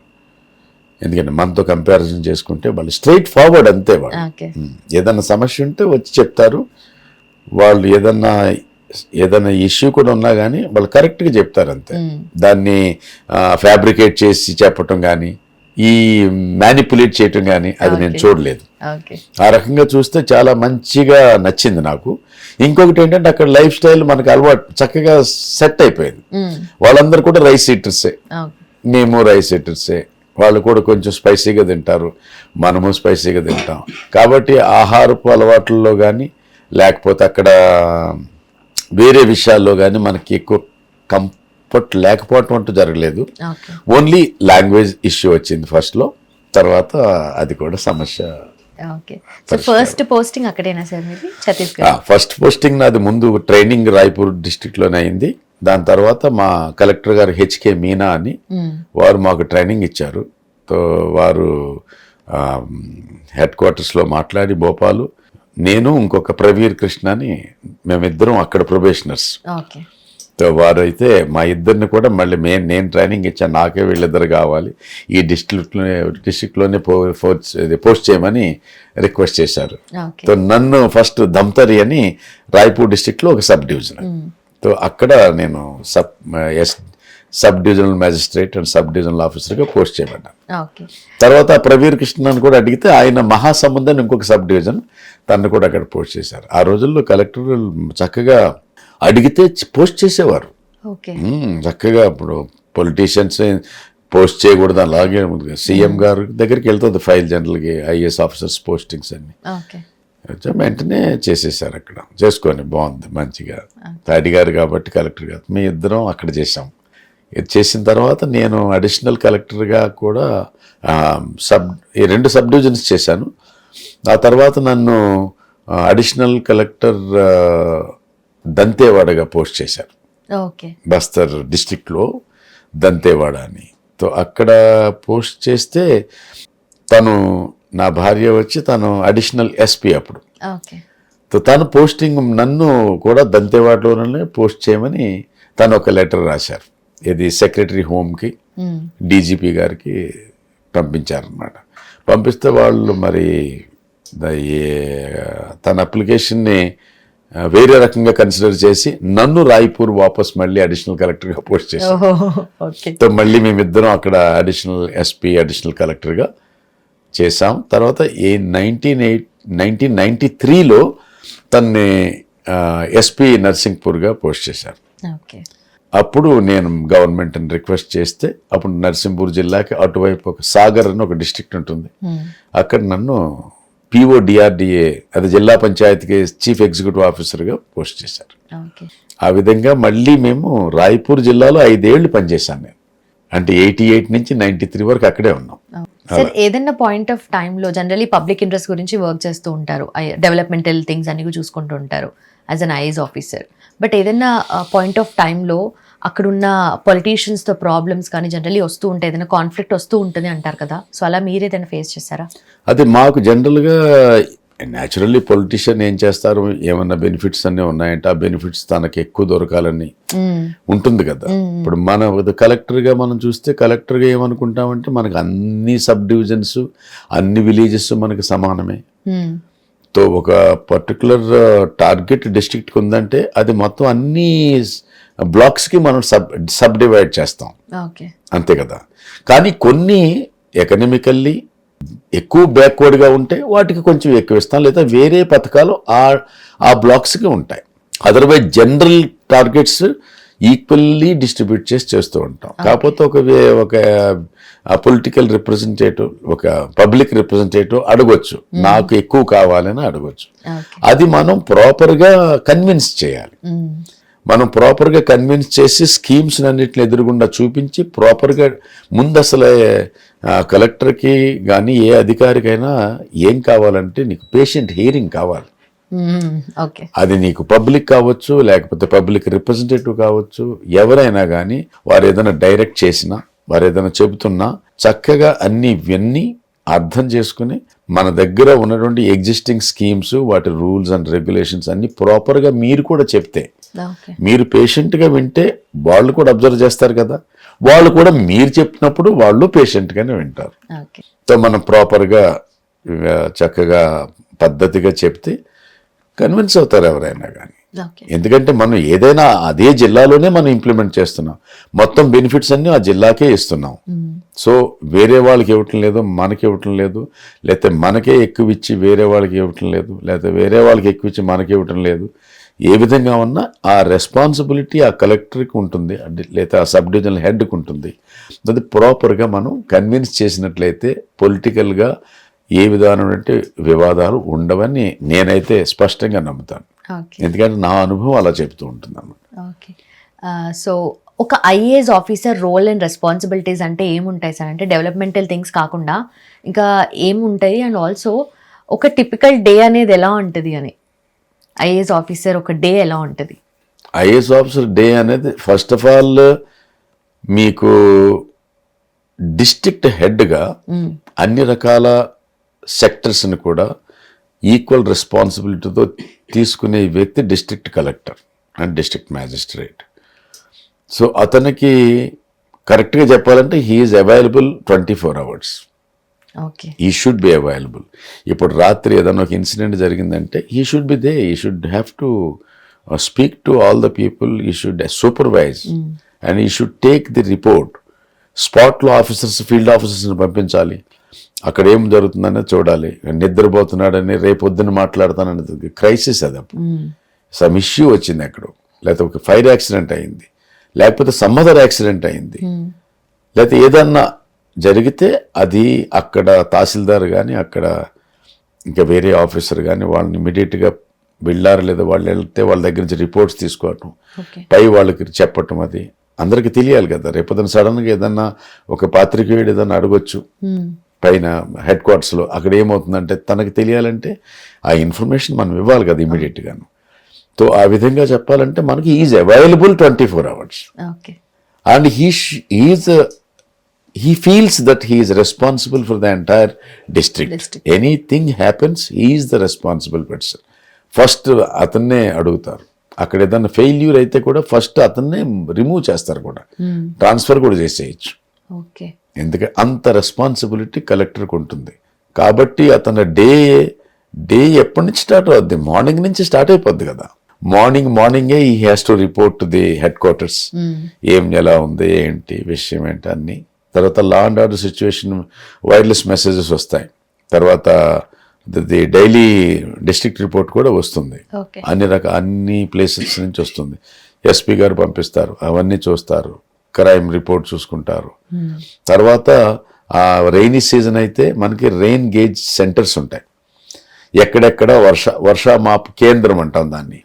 అది అక్కడ ఎంత వర్షపాతం అయ్యింది, అది మనకి మొత్తం ఒక 20-30 ఉంటాయి, ఏది మొత్తం డిస్ట్రిక్ట్లో. అప్పుడు నేను చెప్తాను, ఇప్పుడు ఇంకెక్కువ ఉండొచ్చేమో. అవన్నీ ఎక్కడైతే ఎక్కువ వర్షపాతం అయితే అక్కడ ఎలా ఉంది, పొజిషన్ ఏమిటి, అక్కడ ఆఫీసర్స్తో మాట్లాడి ఇలాగా స్టార్ట్ అవుతుంది. మార్నింగ్ ఇలా స్టార్ట్ అవుతుంది. న్యూస్ పేపర్తో పాటు ఇవి కూడా చదవటం జరుగుతుంది. అండ్ ఆల్సో మనం తెలుసుకున్నాం, you have done an amazing work for ఈ రెయిన్ వాటర్ హార్వెస్టింగ్ ఏదైతే ఉంటుందో, గ్రౌండ్ లెవెల్ వాటర్ ని ఇంక్రీజ్ చేయడానికి. సో దాని గురించి ఒకసారి చెప్తారా? తప్పకుండా చెప్తాను. ఏంటంటే అది నాకు చాలా మంచి జాబ్ సాటిస్ఫాక్షన్ ఇచ్చినటువంటి విషయం. అది నేను డైరెక్టర్ వాటర్ షెడ్స్గా పనిచేశాను అగ్రికల్చర్ డిపార్ట్మెంట్లో భోపాల్లో. అప్పుడు పనిచేస్తున్నప్పుడు అది ఎప్పుడంటే అది 1996-97. సో అప్పుడు నా దగ్గర ఒక 120 మంది బీటెక్ అగ్రికల్చర్ ఇంజనీరింగ్ చదివినటువంటి ఆఫీసర్స్ పనిచేశారు. వాళ్ళని ASCO అంటారు, అసిస్టెంట్ సాయిల్ కన్జర్వేషన్ ఆఫీసర్. అతను సాయిల్ అండ్ వాటర్ రెండింటికి కూడా రెస్పాన్సిబుల్ అన్నమాట. వాళ్ళు చదివిన సబ్జెక్ట్ కూడా అది. సో వాళ్ళంతా నా దగ్గర పనిచేస్తే మేము అన్ని వాటర్ షెడ్స్కి ప్రాజెక్ట్స్ డెవలప్ చేయటం, స్టేట్కి పంపించటం, స్టేట్లో తీసుకోవటం శాంక్షన్స్, లేదంటే గవర్నమెంట్ ఆఫ్ ఇండియాకి తీసుకెళ్ళి మనం ప్రజెంట్ చేస్తే ఆ ప్రాజెక్ట్స్ని శాంక్షన్ చేస్తే వాటిని పట్టుకొచ్చి ఇక్కడ ఇంప్లిమెంట్ చేసేవాడు. సో నాకు సాయిల్ అనేది కొన్ని వేల సంవత్సరాలు పడుతుంది సాయిల్గా తయారవటానికి. సాయిల్ తయారవటానికి అంత ప్రాసెస్ ఉంటుందన్నమాట. అటువంటి సాయిల్ మన వర్షపు నీటిలో కరిగిపోయి దాంతోపాటు వెళ్ళిపోయి ఆ సముద్రంలో ఫైనల్గా వెళ్ళిపోతే మరి అటువంటి మహత్వపడినటువంటి సాయిల్ భూమి, దాన్ని లూజ్ చేయటం చాలా కష్టం కదా. దాన్ని కాపాడుకోవాలి. అందుకే సాయిల్ కన్జర్వేషన్ అంటారు వాళ్ళని. ఆ సాయిల్ కన్జర్వ్ చేయాలంటే అది రన్ ఆఫ్ కాకోకుండా వాటర్తో పాటు దాన్ని ఉండాలంటే దానికి ఏమేమి స్కీమ్స్ చేయాలి అవి చేసుకుంటూ ఇంప్లిమెంట్ చేసేవాళ్ళం అన్నమాట. సో నాకు బేసికల్లీ సాయిల్ అండ్ వాటర్ యొక్క ఇంపార్టెన్స్ మనకు అర్థమైంది. అలాగే వాటర్ కూడా, వర్షపు నీరు వస్తుంది, ఆ నీటిని కూడా కన్జర్వ్ చేయకపోతే ఆ నీళ్లు కూడా ప్రవాహంలో వెళ్ళిపోయి మళ్ళీ నదుల్లోకి వెళ్ళిపోయి నది నుంచి మళ్ళీ సముద్రంలో కలిసిపోతాయి, అంతే కదా. సో ఈ నాలెడ్జ్తో నేను దేవాస్ కలెక్టర్గా పోస్ట్ చేయబడితే 97 నవంబర్లో జాయిన్ అయ్యాను. నవంబర్లో జాయిన్ అయినప్పుడు ఈ అనుభవంతో, ఎందుకంటే దేవాస్ వాటర్ స్కేర్సిటీ డిస్ట్రిక్ట్ అని మాకు తెలుసు. సో నేనేం చేశానంటే 98 జనవరి ఫిబ్రవరి ఆ టైంలో మామూలుగా మొత్తం డిస్ట్రిక్ట్ ఆఫీసర్స్ అందరిని కూడా పిలుచుకుని మీటింగ్ పెట్టి రెయినీ డేస్ వర్షపు దినాలు అంటే ఎన్ని రోజులు ఎక్కడ మనకి వర్షం పడింది, మన డిస్ట్రిక్ట్లో ఎన్నైతే రెయిన్ గేజింగ్ సెంటర్స్ ఉన్నాయో లేకపోతే బ్లాక్ వైజ్, బ్లాక్ అంటే వికాస్ ఖండ్ అంటాం కదా, బ్లాక్ డెవలప్మెంట్ ఆఫీసర్స్ ఉంటారు కదా, ఒక జిల్లా ఇన్ని బ్లాక్స్గా డివైడ్ చేయబడుతుంది అనమాట. తో ప్రతి బ్లాక్ నుంచి మనం ఇన్ఫర్మేషన్ తీసుకున్నాం. తో నా దగ్గర మ్యాక్సిమం వచ్చి 68 days 71 days అనుకుంటా, నాకు కరెక్ట్గా గుర్తులేదు, అన్ని రోజులు వర్షం పడింది. అంటే వర్షాకాలం మనం 120 days అనుకోవచ్చు, మనం 4 నెలలు తీసుకుంటే వర్షాకాలం, చలికాలం, శీతాకాలం అండ్ వేసవికాలం కదా, మూడు కాబట్టి అలా మనం 120 days తీసుకుంటే 120 daysలో కొన్ని ప్లేసుల్లో 68 days ఎన్నో వర్షం పడిన రోజులు. అంటే అది 1 సెంటీమీటర్ వర్షపాతం కావచ్చు, లేకపోతే 5 సెంటీమీటర్లు కావచ్చు, ఒకసారి 4 కావచ్చు, ఒకసారి సెంటీమీటర్ కంటే కూడా తక్కువ కావచ్చు. బట్ ఎన్ని రోజులు వర్షం పడిందంటే మనకు అక్కడ దొరికింది. అన్నిటికంటే బాగా తక్కువ 21 days ఒక బ్లాక్ ఉంది. ఆ బ్లాక్లో ఓన్లీ 21 days, 120 daysలో కూడా మనకి 21 days మాత్రమే వర్షం పడింది. అంటే 365 daysలో ఓన్లీ 21 days మాత్రమే. మిగిలిన రోజులంతా వర్షం పడకపోతే అక్కడ వాటర్, గ్రౌండ్ వాటర్ కానీ లేకపోతే చెరువుల్లో కానీ నీళ్ళు ఎలా దొరుకుతాయి?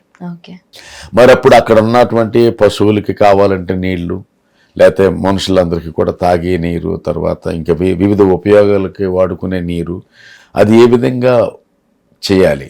అక్కడ సమస్య ఏంటంటే మన ట్యాంక్స్లో పంపించాలి, ఇంకా వాటర్ ట్యాంక్స్ని వ్యవస్థ చేయాలి. ఆ సమస్య మళ్ళీ కలెక్టర్దే కదా, ఆ రెస్పాన్సిబిలిటీని మనం ఆ సమస్యను పరిష్కరించాలి. తో ఎంత తక్కువ ఉన్నదంటే దేవాస్ జిల్లాలో మనం ఏదో విధంగా ఈ జలాన్ని వృద్ధి చేయాలి, జలస్థరాన్ని వృద్ధి చేయాలి.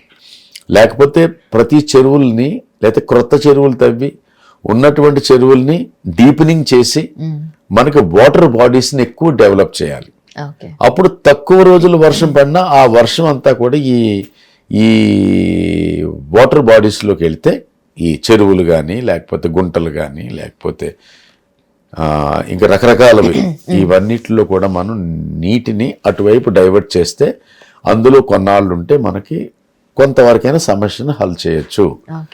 ఆ ఉద్దేశంతో నేను అప్పుడు భూజల్ సంవర్ధన్ మిషన్ అని ఒకటి మిషన్ స్టార్ట్ చేశాను. అది కంప్లీట్గా నా సొంత స్కీమ్. అది నేను చెప్పాను కదా ఇందాక, మనం ఏదైనా మనం ఒక జిల్లాని మంచిగా చేయాలనుకుని అంటే దాన్ని ఏ విధంగా అర్థం చేసుకుని ఇంప్లిమెంట్ చేయాలంటే collector can initiate any such schemes because after all he is doing for the development of the district.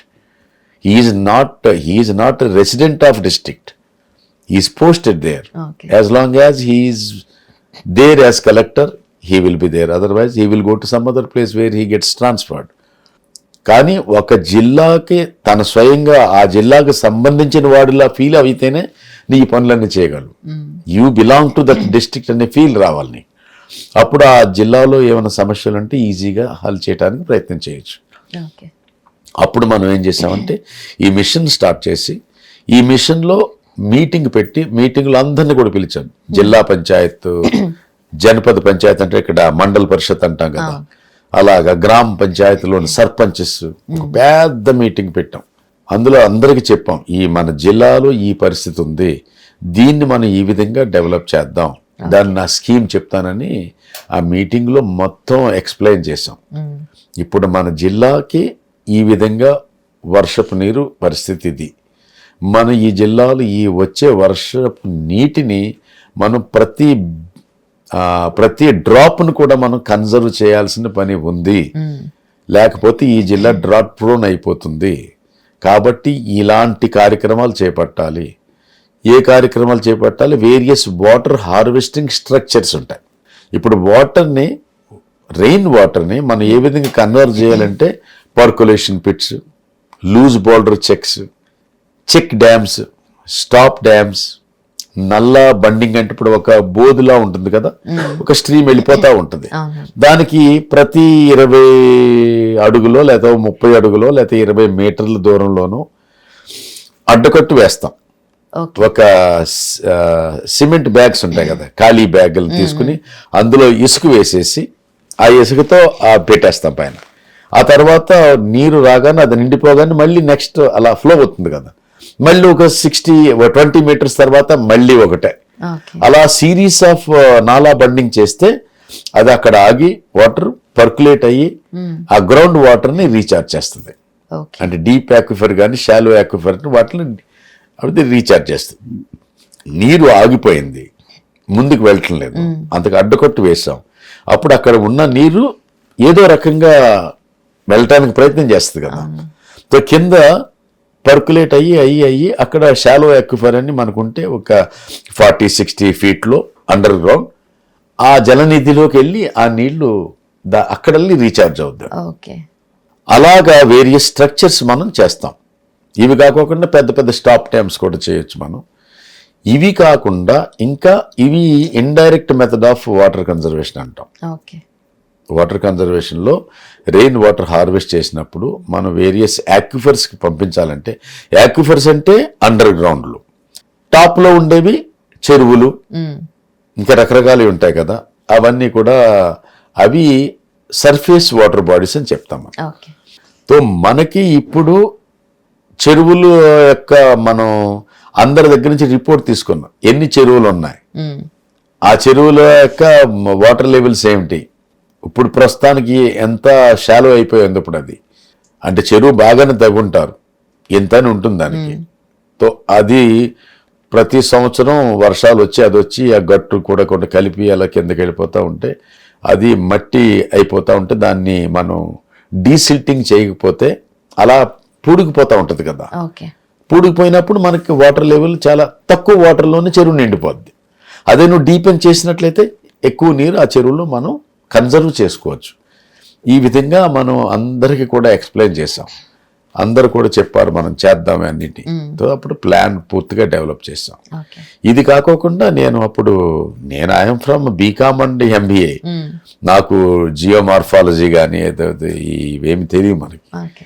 అక్కడ ఉజ్జయిన్లో విక్రమ్ విశ్వవిద్యాలయంలో ప్రొఫెసర్ గారు ఉంటే వారిని కూడా పిలిపించి మాట్లాడి అన్నీ తెలుసుకుని ఇంకా ఏమేమి చేయాలని అడిగితే ఇలాగ మనం చేసుకోవచ్చు అని చెప్తే అప్పుడు మనకి మైండ్లో తట్టింది ఏంటంటే, ఇప్పుడు ఇన్ని ఇళ్ళు ఉన్నాయి కదా, ఈ ఇళ్ళు పైన అందరికీ టెర్రస్ ఉంటుంది కదా, ఈ టెర్రస్ మీద చాలా వాటర్ పడుతుంది. ఆ వాటర్ కిందకు వచ్చేసి బయటకు వచ్చి వెళ్ళిపోతూ ఉంటుంది. ఆ వాటర్ని మనం సంగ్రహించి ఆ వాటర్ని మనం డీప్ యాక్విఫర్స్కి ఎందుకు పంపించకూడదు? అలా పంపించాలంటే ఎవరెవరికైతే ట్యూబ్వెల్స్ ఉంటాయో ఆ ట్యూబ్వెల్స్కి వాళ్ళ ఇళ్ళుంటే వాళ్ళ ఇంట్లో టెర్రస్లో నుంచి వచ్చే వాటర్ని పైప్ ద్వారా తీసుకొచ్చి అది శుభ్రంగా అయిపోయినట్టు క్లీన్ అయిపోయిన తర్వాత ఫ్రెష్ వాటర్ వరకు, అంటే ఫస్ట్ 2-3 రెయిన్స్ని మనం బయట వదిలేస్తాం. అప్పటికి టెర్రస్ కూడా కంప్లీట్గా క్లీన్ అయిపోతుంది. అది చెప్తా ఇంటి ఓనర్ కూడా, నీ టెర్రస్ మీద నీ వాటర్ నీ ట్యూబ్వెల్లోకి వెళ్తుంది, వెళ్ళి నువ్వు ట్యూబ్వెల్ నుంచి ఎక్కడి నుంచి అయితే నీకు డీప్ యాక్విఫర్ నుంచి వాటర్ తీసుకుంటున్నావో అక్కడికి వెళ్ళి ఆ వాటర్ ఆ డీప్ యాక్విఫర్ని రీఛార్జ్ చేస్తుంది. కాబట్టి ఆ డీప్ యాక్విఫర్ని కలుషితం కాకుండా చూసుకోవాల్సిన బాధ్యత నీకుంది. కాబట్టి నీ టెర్రస్ నుంచి నువ్వు వాటర్ వెళుతుంది కాబట్టి ఆ టెర్రస్ని ఎప్పుడు కూడా క్లీన్గా పెట్టుకోవాలి. నీకు ఒక బ్యాక్టీరియల్ కంటామినేషన్ జరుగుతుంది, దానికి మనం విరుగుడు ఏముంటో మనం దానికి వేరే రకంగా చేద్దాం. అది తప్పించి ఇంకే రకమైనటువంటి పొల్యూషన్ ఉండకూడదు. వాళ్ళని ఎడ్యుకేట్ చేసాం. ఆ విధంగా ఎడ్యుకేట్ చేసి దేవాస్ జిల్లాలో 1000 హౌసెస్కి ఎవరెవరికైతే ట్యూబ్వెల్స్ ఉన్నాయో, ఇంట్లో ఉంటాయి కదా ట్యూబ్వెల్స్ ఉంటాయి, వాళ్ళు సొంతంగా వాడుకోవటానికి చాలా మంది ట్యూబ్వెల్స్ చేసుకుంటారు. అది మనం అందరికీ చెప్పి ఏ విధంగా చేయాలని చెప్పి ఢిల్లీ వెళ్ళి సెంట్రల్ గ్రౌండ్ వాటర్ బోర్డుకి ఒక ప్రజెంటేషన్ ఇచ్చాను నేను.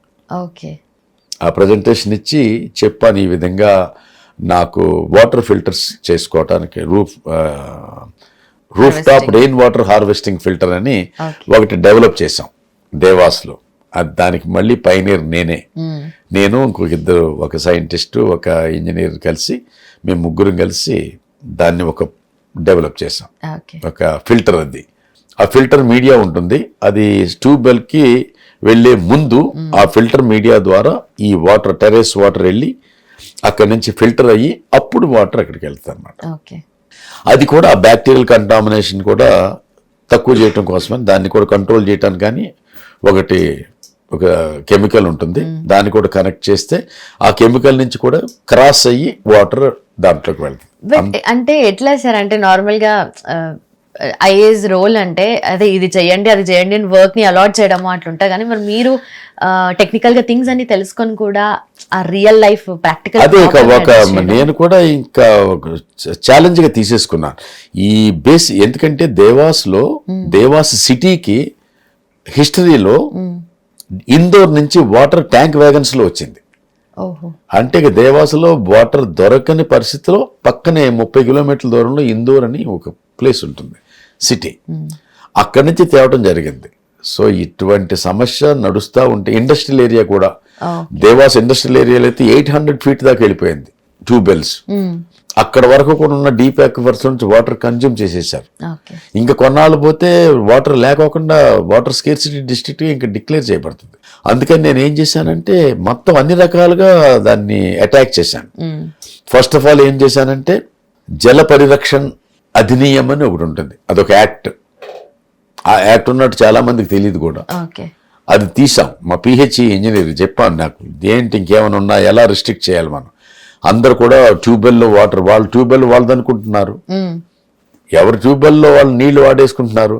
అది వాడేసి కార్లు కడుక్కోవటం కోసం లేదా లాన్లో పెట్టేసుకోవటం అన్నిట్లో చేసేస్తా ఉంటుంది, వేస్ట్ అయిపోతుంది కదా. అది ఉన్నప్పుడు వెంటనే ఉంది సార్ మన దగ్గర ఈ యాక్ట్ ఉందని చెప్పి ఆ యాక్ట్లో నేను అందరు మా సబ్ డివిజనల్ ఆఫీసర్స్కి, సబ్ కలెక్టర్స్కి అందరికీ కూడా ఆదేశం ఇచ్చేశాను, వెంటనే నువ్వు ప్రొమల్గేట్ చేసాయి. అక్కడ ఏ ట్యూబ్వెల్ని కూడా మీరు మా పర్మిషన్ లేకుండా ఉపయోగించకూడదు.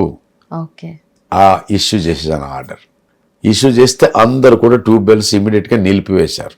అంటే యాక్సెప్ట్ చేశారా సార్? ఫస్ట్ యాక్సెప్ట్ చేయటం, యూ హ్యావ్ పవర్ కదా, యాక్ట్ లో ఉన్న పవర్, యాక్ట్ ని ప్రొమల్గేట్ చేసేస్తాం, ఇమీడియట్ గా ఇంప్లిమెంట్ చేసేస్తాం కదా. అది నోటీస్ ఇచ్చేసాం, అందరికీ ఇచ్చేసాం.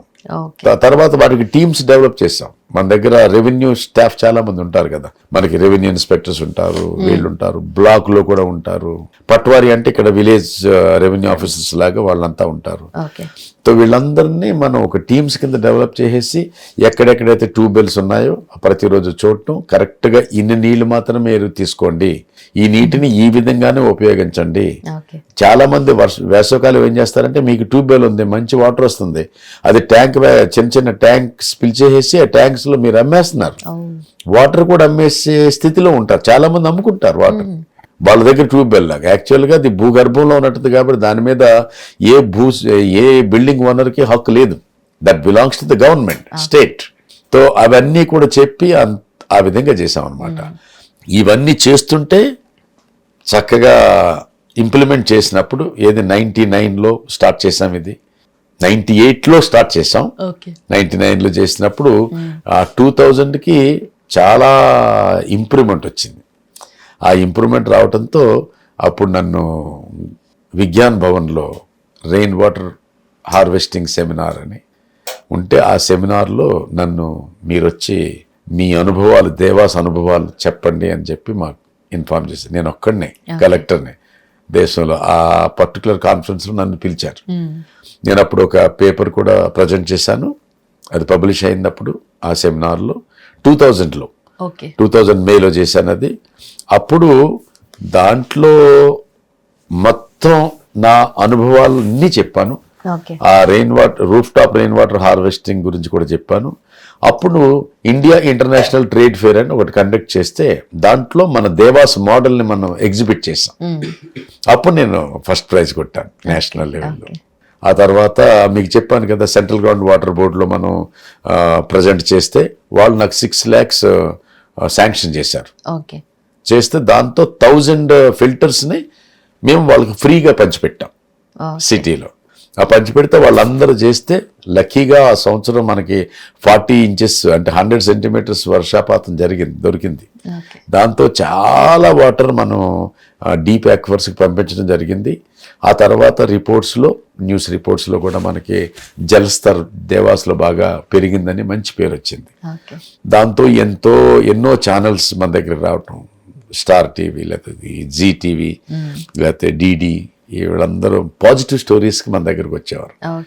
సో అది అంత జాబ్ సాటిస్ఫాక్షన్ మళ్ళీ ఇంకెప్పుడు నేను పొందలేదు. అదొక అనుభూతి అనమాట. అంటే ఇలా కూడా మనం చేయొచ్చు. అప్పుడు వచ్చినటువంటి పేపర్ కవరేజ్ ఇండియన్ ఎక్స్ప్రెస్లో ఫ్రంట్ పేజ్లో ఇలాగ మన దేవాస్ గురించి వచ్చింది, నా గురించి దేవాస్ గురించి వచ్చింది. అది కూడా అంటే సర్వీస్ మైండ్ సెట్ అనమాట. అది మనం ఎక్కడైతే ఉన్నామో అక్కడ ఉన్నటువంటి ప్రజలకి వాళ్ళ బేసిక్ సమస్య ఏంటి, ఒక చోట నీటి సమస్య కావచ్చు, ఇంకో చోట ఇంకొక వేరే సమస్య కావచ్చు, ఇంకో చోట ఒక పర్టికులర్ డిసీజ్ ఉంటుంది. ఆ డిసీజ్ ఆ ఏరియాలోనే ఉంటుంది, ఇంక ఏరియాలోనూ ఉండదు. లేకపోతే ఒక జిల్లాలో ఏదన్నా ఒక ఇండస్ట్రీ ఉంటే ఆ ఇండస్ట్రీ బేస్డ్లో కొంతమందికి ఆస్తమా కానీ లేకపోతే టీబీ కానీ ఇలాంటివి వస్తాయి. దాన్ని ఏ విధంగా మనం నిర్మూలించాలి అంటే ప్రతి చోట ఏదో ఒక సమస్య ఉంటుంది. ఆ సమస్యని మనం ఏ విధంగా పరిష్కరించాలని అనుకుని దాన్ని స్కీమ్ డెవలప్ చేసి ఇంప్లిమెంట్ చేసే కెపాసిటీ కేవలం ఆ కలెక్టర్ మైండ్ సెట్ కావాలి. అది ఇప్పుడు ఎగ్జిస్టింగ్ స్కీమ్స్నే మనం ఇంప్లిమెంట్ చేయడానికే మ్యాక్సిమం టైం సరిపోతుంది. మళ్ళీ ఇంకా క్రొత్త స్కీమ్స్ని కూడా చేయటం అంటే అది ఒక సాహసం అని చెప్పొచ్చు. ఎందుకంటే చేసేసి మెదలకుండా ఫెయిల్ అయిపోతే కష్టం కదా. దాన్ని ఎట్టి పరిస్థితుల్లో మనం సక్సీడ్ చేయాలి. ఇప్పుడు ఉదాహరణకి నేను మామూలుగా మన పర్సనల్ ఉదాహరణ చెప్తున్నాను. ఇప్పుడు మేము భోపాల్లో 3 ఏళ్లు బట్టి మా ఇన్స్టిట్యూట్ ఉంది. మేము చక్కగా చేస్తున్నాం. మేము మాక్ ఇంటర్వ్యూస్ చేశాము చాలా మందికి. స్టేట్ సర్వీస్లో ఎంతో మంది సెలెక్ట్ అవుతున్నారు. తర్వాత ఒక 2 years 3 years స్కీమ్ కూడా డెవలప్ చేసాం. అది కూడా చాలా బాగా జరుగుతుంది.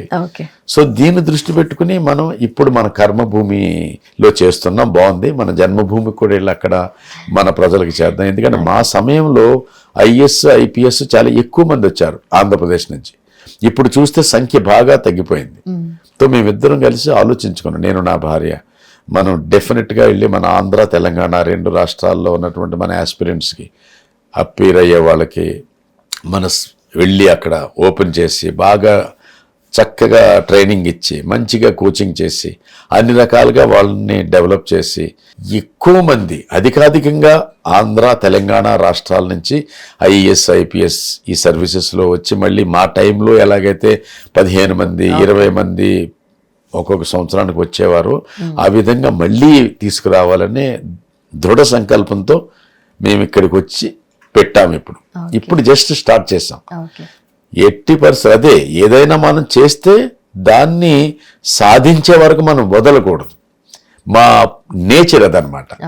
ఎట్టి పరిస్థితుల్లో మనం రానున్నటువంటి 2-3 సంవత్సరాల్లో మన యొక్క కోచింగ్ విధానంలో ఎటువంటి విప్లవాత్మకమైనటువంటి మార్పులు తీసుకురావాలి, ఏ విధంగా మన పిల్లలకి ఎన్ని రకాలుగా మనం సహాయపడాలి అవన్నీ ఆలోచించి రెగ్యులర్గా ఫీడ్బ్యాక్ తీసుకుని ఇంప్లిమెంట్ చేసుకుంటూ ఇంప్రూవ్ చేస్తూ మొత్తం మీద తెలంగాణ ఆంధ్ర ప్రజల్లో మన కుర్రోళ్ళు మన యువకుల్ని ఐఏఎస్ ఐపీఎస్ ఇంకా అదర్ సర్వీసెస్ డెప్యూటీ కలెక్టర్స్ డివైఎస్పీస్ ఐఎఫ్ఎస్ఆర్ రకరకాల పోస్టుల్లో తీసుకెళ్ళి మళ్ళీ ఆ పూర్వ వైభవాన్ని తీసుకురావాలనే మా దృక్పథం. అది సార్ జనరలీ యూపీఎస్సీ అంటే సివిల్ సర్వీసెస్ అంటే ఎక్కువగా బీహారీస్ లేదంటే యూపీ నుండి ఎక్కువగా నార్త్ నుండి ఉంటారు అన్న ఒక అజంప్షన్ ఉంది.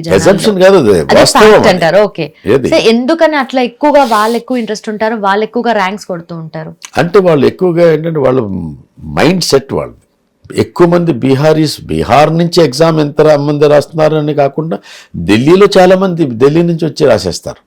ఢిల్లీ ఒక మంచి హబ్. అది నార్త్ ఇండియాలో Delhi is the main hub for IAS IPS and other allied services coaching centres.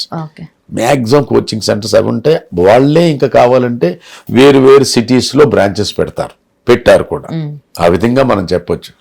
అంటే ఏదన్నా మంచి ప్రాచుర్యం కలిగినటువంటి ఏదన్నా ఇన్స్టిట్యూట్ ఎక్కడన్నా ఉంటే హెడ్ క్వార్టర్స్ ఢిల్లీ అయి ఉండొచ్చు. అది తో వాళ్ళు ఎందుకంటే మంచి కోచింగ్ సెంటర్స్ ఢిల్లీలో ఉన్నాయి కాబట్టి యూపీ నుండి బీహార్ నుండి మ్యాక్సిమం స్టూడెంట్స్ ఢిల్లీ నుంచి ప్రిపేర్ అవుతారు. ఓకే.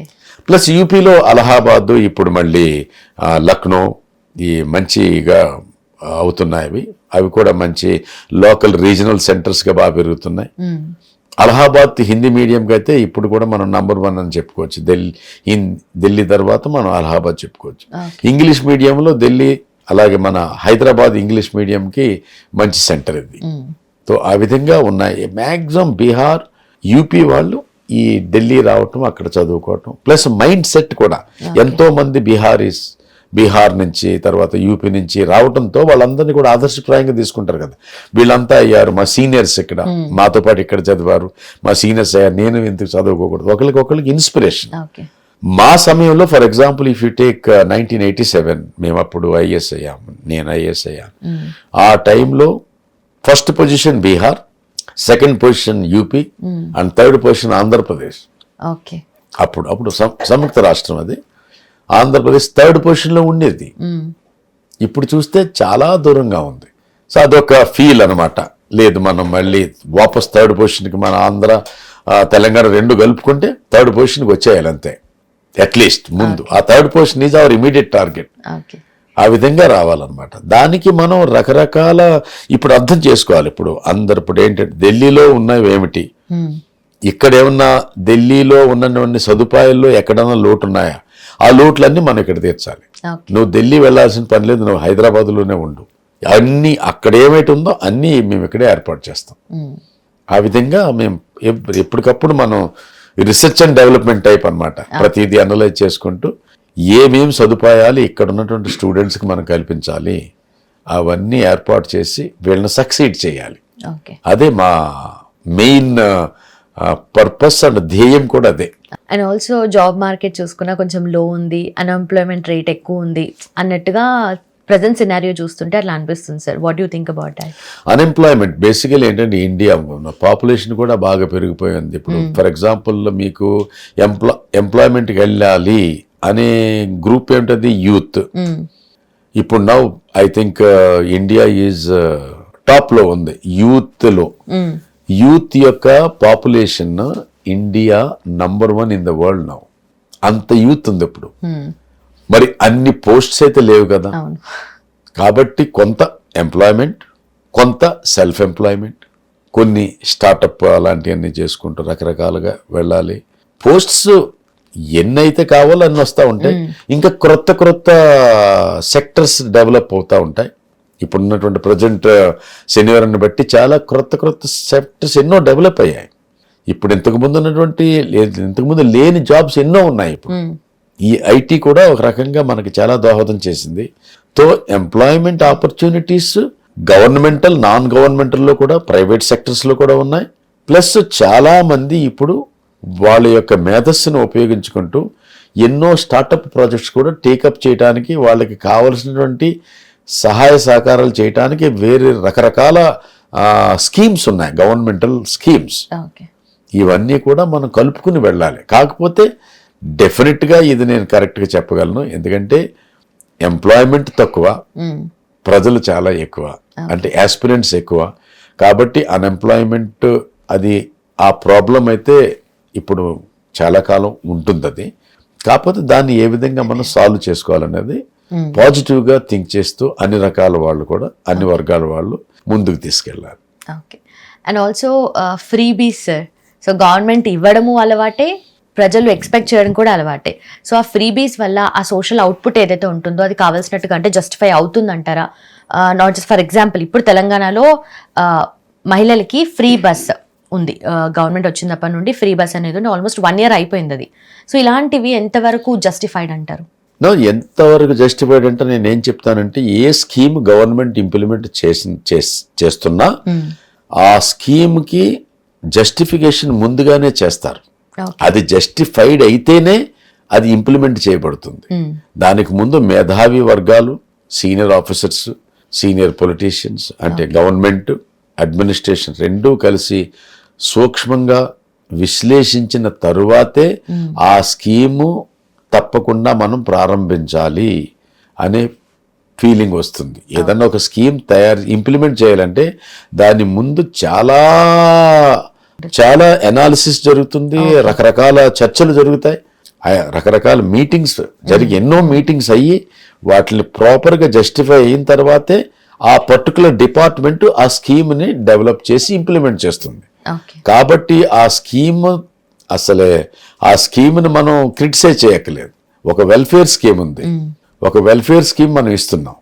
ఇప్పుడు ఉదాహరణకి మనకి మధ్యప్రదేశ్లో కన్యాదాన్ యోజన, లాడ్లీ బెహన్ యోజన, ఇలాగా కొన్ని స్కీమ్స్ వచ్చాయి. ఆ స్కీమ్స్లో ఈ పాత్రత ఉంటే నీకు ఇంత డబ్బు దొరుకుతుంది, నీకు ప్రతి నెల దొరుకుతుంది. ఇక్కడ కూడా ఉంటాయి స్కీమ్స్ ఉంటాయి, అది ఫ్రీగానే అంత డబ్బు అయితే మనం ఉచితంగా మనం ఇస్తున్నాం కదా. అది ఇవ్వాల్సిన పరిస్థితి ఉంది.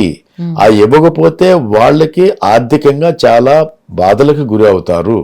కాబట్టి ఇంత కంట్రిబ్యూట్ మనం గవర్నమెంట్ ద్వారా చేయాలి అని జస్టిఫై అయిన తరువాతే అది ఇంప్లిమెంట్ చేయబడుతుంది. కాబట్టి దాన్ని ఇట్ షుడ్ బి అన్క్వశ్చన్డ్ అని నేను ఫీల్ అవుతాను. Perfect sir.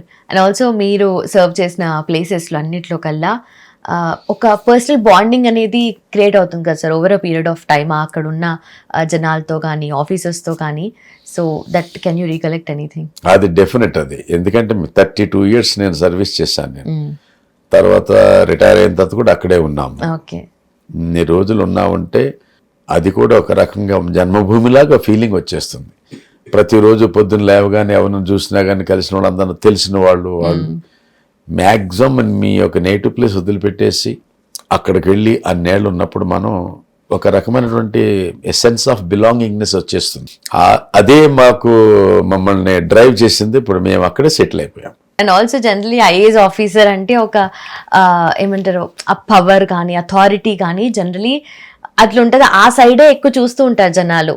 మీలో మేము ఒక ఆర్టిస్టిక్ సైడ్ని కూడా ఎక్స్పెక్ట్ చేస్తాం. సో అది కూడా ఉందని విన్నాము. అండ్ మీకు మ్యూజిక్ అంటే చాలా ఇష్టం, మ్యూజిక్ డైరెక్షన్ చేస్తారు, యాక్టింగ్ అంటే కూడా ఇంట్రెస్ట్. సో దాని గురించి మాకోసం చెప్తారా?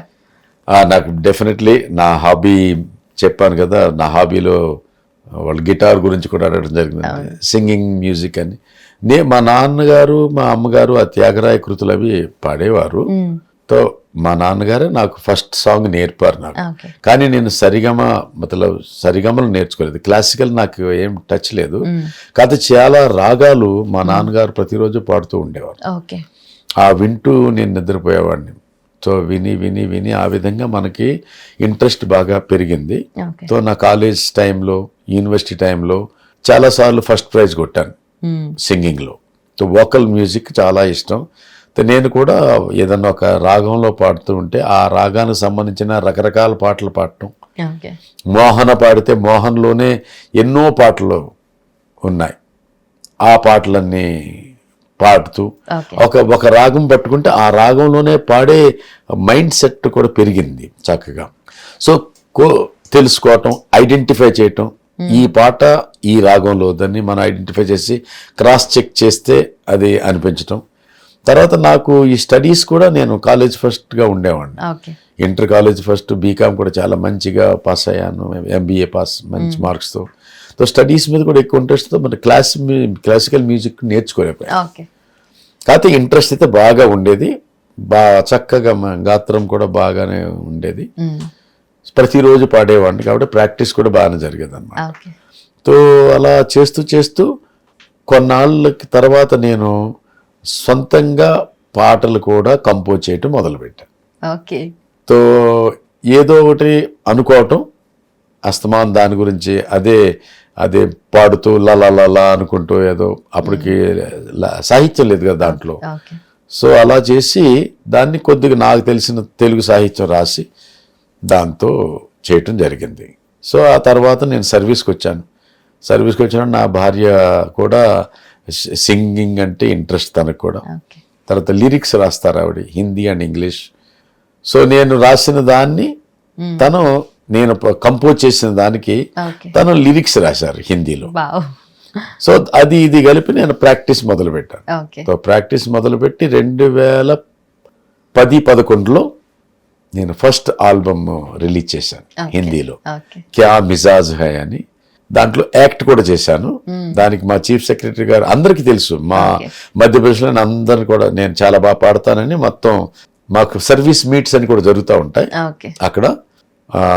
ఆఫీసర్స్ అంతా కలిసి ప్రతి సంవత్సరం ఒక 3 days ఒక సర్వీస్ మీట్ అని పెట్టుకుని రకరకాల కల్చరల్ అండ్ స్పోర్ట్స్ యాక్టివిటీస్ చేస్తాం. సో ఆ విధంగా మనం అందరికీ కూడా తెలుసు మంచి సింగర్ అని, మంచి కంపోజర్ అని. వాటర్ మీద నేను డాక్టరేట్ కూడా చేశాను. నేను I did my doctorate from Vikram విశ్వవిద్యాలయ ఉజ్జయిన్. ఈ వాటర్ కన్జర్వేషన్ మీద చేశాను. ఆ మెజర్స్ మీద దేవాస్ డిస్ట్రిక్ట్ మీద చేశాను. సో వాటర్ యొక్క ఇంపార్టెన్స్ బాగా నేను సూక్ష్మంగా గ్రహించాను కాబట్టి ఈ వాటర్ మీదే మనం ఎందుకు మంచిగా కంపోజ్ చేయకూడదు అని జల్ హీ జీవన్ హై అనే టైటిల్ మీద ఒక 8 ఎపిసోడ్లు నేను కంపోజ్ చేస్తే మాయా గోవింద్ అని ఆవిడ బాలీవుడ్ లిరిసిస్ట్, ఆవిడ ప్లస్ నా భార్య అరుణ గారు ఇద్దరు కలిసి లిరిక్స్ రాశారు. ఆ లిరిక్స్ని నేను రికార్డ్ చేసి 8 episodes నేను ఆల్రెడీ రిలీజ్ చేశాను. నా యూట్యూబ్ ఛానల్లో ఉంటాయి అవి. జల్ హీ జీవన్ హై దాని యొక్క ముఖ్య సారాంశం ఏమిటంటే human interaction with the water right from Vedic period, Indus valley civilisation till now. అప్పటి నుంచి ఇప్పటి వరకు మన యొక్క అవినాభావ సంబంధం లేదా మన యొక్క సంబంధం నీటితో ఏ విధంగా ఉంది, ఆ రోజుల్లో ఎలా పూజించేవారు, ఏ విధంగా రెస్పెక్ట్ చేసేవారు, ఏ విధంగా కన్జర్వ్ చేసేవారు, ఇప్పుడు ఏ విధంగా పొల్యూట్ చేస్తున్నారు, ఏ విధంగా దీన్ని ఎక్స్ప్లాయిట్ చేస్తున్నారు, ఏ విధంగా అబ్యూజ్ చేస్తున్నారు. అఫ్ కోర్స్ మన గవర్నమెంట్స్ అన్ని రకరకాలు చాలా కష్టపడుతున్నారు వాటర్ కన్జర్వేషన్కి. మరి ఇవి కూడా అవుతున్నాయి, పొల్యూషన్ కూడా అవుతుంది కదా చాలా. సో ఇటువంటి పరిస్థితుల్ని ఎదుర్కొని వాటర్ని చక్కగా కన్జర్వ్ చేస్తూ, జల వనరులను బాగా పెంచుతూ, జలాన్ని చక్కగా మంచిగా చూస్తూ, పొల్యూషన్ చేయకోకుండా మంచిగా చేసి ఈ జలాన్ని పరిరక్షిస్తే చాలా బాగుంటుంది అనే థీమ్తో ఇది చేశాం. ఇప్పుడు రిలీజ్ చేసిన తర్వాత ఇప్పుడు అతి త్వరలో దాన్ని ఒక డాక్యుమెంటరీ మూవీగా కూడా చేద్దామని చూస్తున్నాను. దాంట్లో నేను కలెక్టర్గా యాక్ట్ చేసి, నా కలెక్టర్గా ఉన్నప్పుడు ఏమేమి పనులు చేశానో చెప్తూ, తర్వాత ఇప్పుడు మళ్ళీ ఎక్స్ కలెక్టర్గా ఏంటి ఇప్పుడు అంతా అలా చేశాము, ఆ తర్వాత ఇప్పుడు ప్రస్తుత పరిస్థితులు ఏ విధంగా ఉన్నాయి అదే జిల్లాలో, సో ఇంకా వేరే దేశంలో ఏ విధంగా ఉన్నాయి, సో మనం ఏ విధంగా చేయాలి, అది చేయాలంటే ఏ స్ట్రక్చర్స్ని మనం డెవలప్ చేయాలి, ఏ స్ట్రక్చర్స్ మనం కట్టాలి, అదే percolation pits, loose boulder check dams, stop dams, nala bunding, new water bodies, deepening of existing bodies, ఇలాంటివన్నీ చేసి మనకి సర్ఫేస్ వాటర్ని ప్లస్ యాక్విఫర్స్ని రెండిట్లో కూడా జలాన్ని వృద్ధి చేస్తే రానున్న భవిష్యత్తులో రానున్న భావి తరాల వారికి ఏ విధంగా సమస్య ఉండదు. Otherwise if there will be any problem, ఇప్పుడు వాటర్ క్రైసిస్ వస్తే చాలా కష్టమైపోతుంది. సర్వైవల్కి మనకు వాటర్ కావాలి కదా, without water you cannot live. కాబట్టి ఈ వాటర్ని మనం చాలా కేర్ఫుల్గా మనం పరిరక్షించుకొని హార్వెస్ట్ చేసుకొని వృద్ధి చేయాల్సిన బాధ్యత ప్రతి నాగరికునికి కూడా, ప్రతి పౌరుడికి ఉందని నేను భావిస్తాను. అందుకని ఇది ఇలా మన మ్యూజిక్ని ఈ సామాజిక సహాయార్థం ఉపయోగిస్తే బాగుంటుందని ఫీల్తో చేస్తాం. అండ్ ఆల్సో లాస్ట్ టైం మనం మాట్లాడుతున్నప్పుడు యువర్ టెల్లింగ్ అబౌట్ ఈ యూత్ ఇప్పుడున్న జనరేషన్ వాళ్ళు మాక్సిమం యూటిలైజేషన్ చేసుకోవట్లేదు. అసలు ఆర్టిఫిషియల్ ఇంటెలిజెన్స్ ఉంది మీకు, అయినా కూడా మాక్సిమం యూటిలైజేషన్ లేదు అన్నట్టుగా అన్నారు. దాని గురించి ఏం చెప్తారు? అవును, కరెక్టే కదా. అది అంటే ఏదో వాళ్ళు యూజ్ చేస్తున్నారు ఎవ్రీడే, కానీ వేరే వేరే విషయాల్లో చేస్తున్నారు. కొన్ని చాలా ఇంపార్టెంట్ వాటిని చేయలేకపోతున్నారు. నేను ఉదాహరణకి మొన్న మా పిల్లలతో కొంతమందితో మాట్లాడి, నేను వేమన శతకం ఎవరికన్నా తెలుసా, వేమన శతకం తెలుసు అని చెప్పారు, సుమతి శతకం తెలుసు, ఒక్క పద్యమైనా చెప్పండి అని చెప్పాను. ఒక్క పద్యం, ఒక్క కుర్రోడు మాత్రం చెప్పగలిగాడు, మిగిలిన వాళ్ళు ఎవరు చెప్పలేకపోయారు. నేను చెప్పాను, నేను ఎప్పుడు చదువుంటాను, నేను ఒక 50 ఏళ్ల క్రితం చదువుంటాను. నేను వెంటనే చెప్పేశాను అనమాట. వినదగునెవ్వరు చెప్పిన వినినంతనే వేగపడక వివరింపదగున్ కనికల్ల నిజము తెలిసిన మనుజుడిపో నీతి పొరుడు మహిళ సుమతి. ఇంత స్పష్టంగా అప్పుడు చెప్తున్నప్పుడు నేను ఆ కనికల్ అది వెంటనే వచ్చాడు ఆ కుర్రాడు. So I was so happy at least one guy is able to recall his memory. And చిన్నప్పుడు మనం నేర్చుకున్నవి బోర్న్ హ్యాబిట్స్ డై హార్డ్ అన్నట్టు మనం పుట్టుకతో వచ్చినటువంటి గుర్తులో ఎప్పుడూ చిరస్థాయిగా నిలబడిపోతాయి. అలాగే చైల్డ్హుడ్లో నేర్చుకున్నవి కూడా అలాగే చిరస్థాయిగా నిలబడిపోతాయి. మంచిగా జీవితాన్ని మీరు గడిపే ఛాన్సెస్ దొరుకుతాయి. బాగా ఇంకా బాగుంటుంది, జీవిత మాధుర్యం ఇంకా బాగా తెలుస్తుంది. అది perfect sir. And also we're discussing about, మీరు ఒక ఏదో షోలో చూసాను బెంచింగ్ అంటే ఏంటి అని డిస్కస్ చేశారు కదా, అది డిఫరెంట్ గా అనిపించింది. అంటే జనరలీ ఈ జనరేషన్ లింగో అనేది డిఫరెంట్ ఉంది. ఇవన్నీ చేస్తారా మీరు, ఏం చేస్తున్నారు అసలు అన్నట్టుగా అడిగారు. అది నేను ఇండియన్ ఐడల్ చూస్తున్నాను. ఆ ఇండియన్ ఐడల్ మనూషి ఒక అమ్మాయి ఉంటుంది, ఆమె బాగా పాడుతుంది బెంగాలీ. తో అప్పుడు అక్షయ్ కుమార్ వచ్చాడనమాట లాస్ట్ వీక్ అనుకుంటా. నేను ఇండియన్ ఐడల్ నాకు ఇష్టం మ్యూజిక్ కదా, సో చక్కగా వింటున్నప్పుడు ఆ అమ్మాయిని క్వశ్చన్స్ అడుగుతాడు. క్వశ్చన్స్ కాదు, నువ్వు నన్ను క్వశ్చన్స్ అడుగు, మిమ్మల్ని క్వశ్చన్స్ అడగాలని తను అడుగుతుంది అక్షయ్. నన్ను అడుగు, కానీ నువ్వు ట్రెడ్మిల్ మీద వచ్చి నువ్వు అడుగుతా ఉంటూ నేను ఇంక్రీజ్ చేస్తూ ఉంటాను స్పీడ్, అది చేద్దామని చెప్తే ఓకే అని చెప్పి ఆ అమ్మాయి ఫస్ట్, నేను I'm telling you very very frankly, for the first time I had such words. తను అడిగింది వాట్ ఈస్ బెంచింగ్. నాకు తెలియదు, అది అక్షయ్ కుమార్ కూడా తెలియదు, చెప్పాను నాకు తెలియదు అని. బెంచింగ్, తర్వాత ఏదో బెడ్ క్రంబ్లింగ్, ఇవన్నీ ఈ టెర్మినాలజీ మాకు తెలియదు. అదేంటో సంథింగ్ అండ్ మైక్రో చీటింగ్ అంటే ఈ ఐటీ వర్డ్స్ అన్ని కూడా వాడేసి వాళ్ళు రకరకాల వర్డ్స్ కాయిన్ చేసేస్తున్నారు అన్నమాట. సో అవన్నీ నాకు తెలియలేదు. ఐ వాజ్ సో సర్ప్రైజ్డ్ అనమాట, ఇలాంటివి కూడా ఉన్నాయా అని. మనకేంటంటే రిలవెంట్ మ్యాటర్స్ చూస్తాం మేము, అన్నీ మనం కూడా చూస్తున్నాం. ఇండియన్ ఐడల్ చూస్తాం, ఇంకా లేటెస్ట్ మూవీస్ చూస్తూ ఉంటాము, అన్నీ చూస్తాము. కాకపోతే ఈ టెర్మినాలజీ గురించి మనకు తెలియదు, ఎందుకంటే మనకి ఈ జనరేషన్తో మనకు ఈ విధంగా మనం ఇంటరాక్ట్ అవ్వటం లేదు కదా. వాళ్ళు మనం ఎప్పుడు పేరెంటల్గా ఏదో గైడెన్సో లేకపోతే ఏదో చెప్పటమో అంతవరకే ఉంటుంది. వాళ్ళు ఏదైనా చెప్తే అప్పుడు మనకు తెలుస్తుంది. అది ఆ ఇండియన్ ఐడల్ చూడటంలో నాకు ఈ టెర్మినాలజీ తెలిసింది. ఓకే. అండ్ ఆల్సో ఒక జనరల్ అనిపిస్తూ ఉంటుంది ప్రతిసారి, మీ జనరేషన్ వాళ్ళకి ఇప్పుడున్న జనరేషన్ మీద కంప్లైంట్స్ ఉంటాయి కదా, అట్లా ఎందుకు చేస్తున్నారు, ఇట్లా ఎందుకు చేస్తున్నారు, మేమైతే అలా చేసేవాళ్ళం అప్పట్లో అని చెప్పి జనరలీ చెప్తూ ఉంటారు. అలా మీకు ఏమైనా కంప్లైంట్స్ ఉన్నాయి ఈ జనరేషన్ మీద? ఈ జనరేషన్ మీద కంప్లైంట్స్ అంటే నేను అదే చెప్పాను కదా మీకు. బేసికల్లీ కంప్లైంట్ ఏమిటంటే టైం, అంటే మీరు అనవసరమైన విషయాల్లో ఎక్కువ టైము వ్యతీతం చేస్తున్నారేమని ఒక ఫీలింగ్ నాకు. ఎంతవరకు అవసరమో అంతవరకు మీరు దాన్ని చేసుకోండి.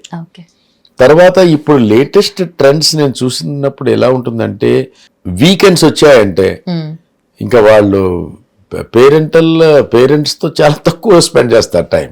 వాళ్ళ సర్కిల్ అంతా కలుసుకోవటం, మాట్లాడుకోవటం, ఇది స్పెండ్ చేయటం. తర్వాత ఇంకొకటి నేను గమనించింది ఏమిటంటే, ఎవరికి వాళ్ళు ఇప్పుడు వాళ్ళ మొబైల్స్లో బిజీ అయిపోతున్నారు. ఇప్పుడు మనం ఏదన్నా హాల్లో కూర్చొని మాట్లాడుకోవాలనుకుంటే మాట్లాడుతూనే ఉంటారు, వాళ్ళు చాటింగ్ చేస్తూనే ఉంటారు. Major complaint. మాట్లాడుకున్నప్పుడు మాట్లాడుకోవచ్చు. అంటే నాకు పర్సనల్గా ఆ సమస్య లేదు. నాకు చాలా చక్కగా పిలుస్తాం, ఎప్పుడన్నా వస్తారు, చక్కగా కబుర్లు చెప్పుకుంటూ ఉంటాం, అన్నీ చేస్తూ ఉంటాం. చాలా ఎక్కువ కబుర్లు కూడా చెప్పుకుంటూ ఉంటాం, అడుగుతూ ఉంటారు, మన ఎక్స్పీరియన్సెస్ అడుగుతూ ఉంటారు. అక్కడ ఇక్కడ ఉన్నప్పుడే ఏం చేసేవాళ్ళు. ఇప్పుడు కోడలు కూడా వచ్చింది కాబట్టి మా అబ్బాయి కూడా నన్ను కావాలని అడుగుతూ ఉంటాడు అప్పుడు, ఎందుకంటే వాడికి తెలుసు ఏమేం చేసాం అనేది, తనకు కూడా తెలియాలి. అది మన ద్వారా చెప్పబడితే ఇంకా బాగుంటుంది అన్నట్లుగా చెప్తా ఉంటాడు అన్నమాట. నాకు తెలుసు ఇలా అడిగాడు అని నేను కూడా చెప్తా ఉంటే చక్కగా వింటారు వాళ్ళు. మంచి పిల్లలు వాళ్ళు. అంటే నేను జనరల్గా కొన్ని చూస్తూ ఉంటాను. ఏదన్నా ఎవరన్నా ఇంటికి వెళ్తా ఉంటాం కదా, అందరం కలుస్తాం, హలో అన్న తర్వాత ఇంకా ఇంటరాక్షన్ ఉండదు. ఇంకా hello uncle, how are you, finish. ఆ తర్వాత కూర్చుంటారు, ఇంకా స్టార్ట్ అయిపోద్ది చాటింగ్. అదొకటి బేసిక్గా ఉంది. ఎవరితోన్నా కలిసి కూర్చుంటే వాళ్ళతో పాటు కూర్చొని చక్కగా మాట్లాడి అక్కడి నుంచి నువ్వు పర్మిషన్ తీసుకుని ఎక్స్క్యూజ్ అని చెప్పేసి వెళ్ళిపోయి నీవులో కూర్చొని చేస్తా ఉంటే బాగానే ఉంటుంది కదా. అక్కడే మనం కూర్చున్నప్పుడు ఒక వ్యక్తి కూర్చొని కంటిన్యూస్గా చేస్తూ పార్టిసిపేట్ చేయకోకుండా ఏదో అంటే యాక్చువల్గా మనకి తన ఫిజికల్ ప్రజెన్స్ ఉందంతే, అక్కడ మెంటల్ ప్రజెన్స్ బిల్కుల్ జీరో కదా.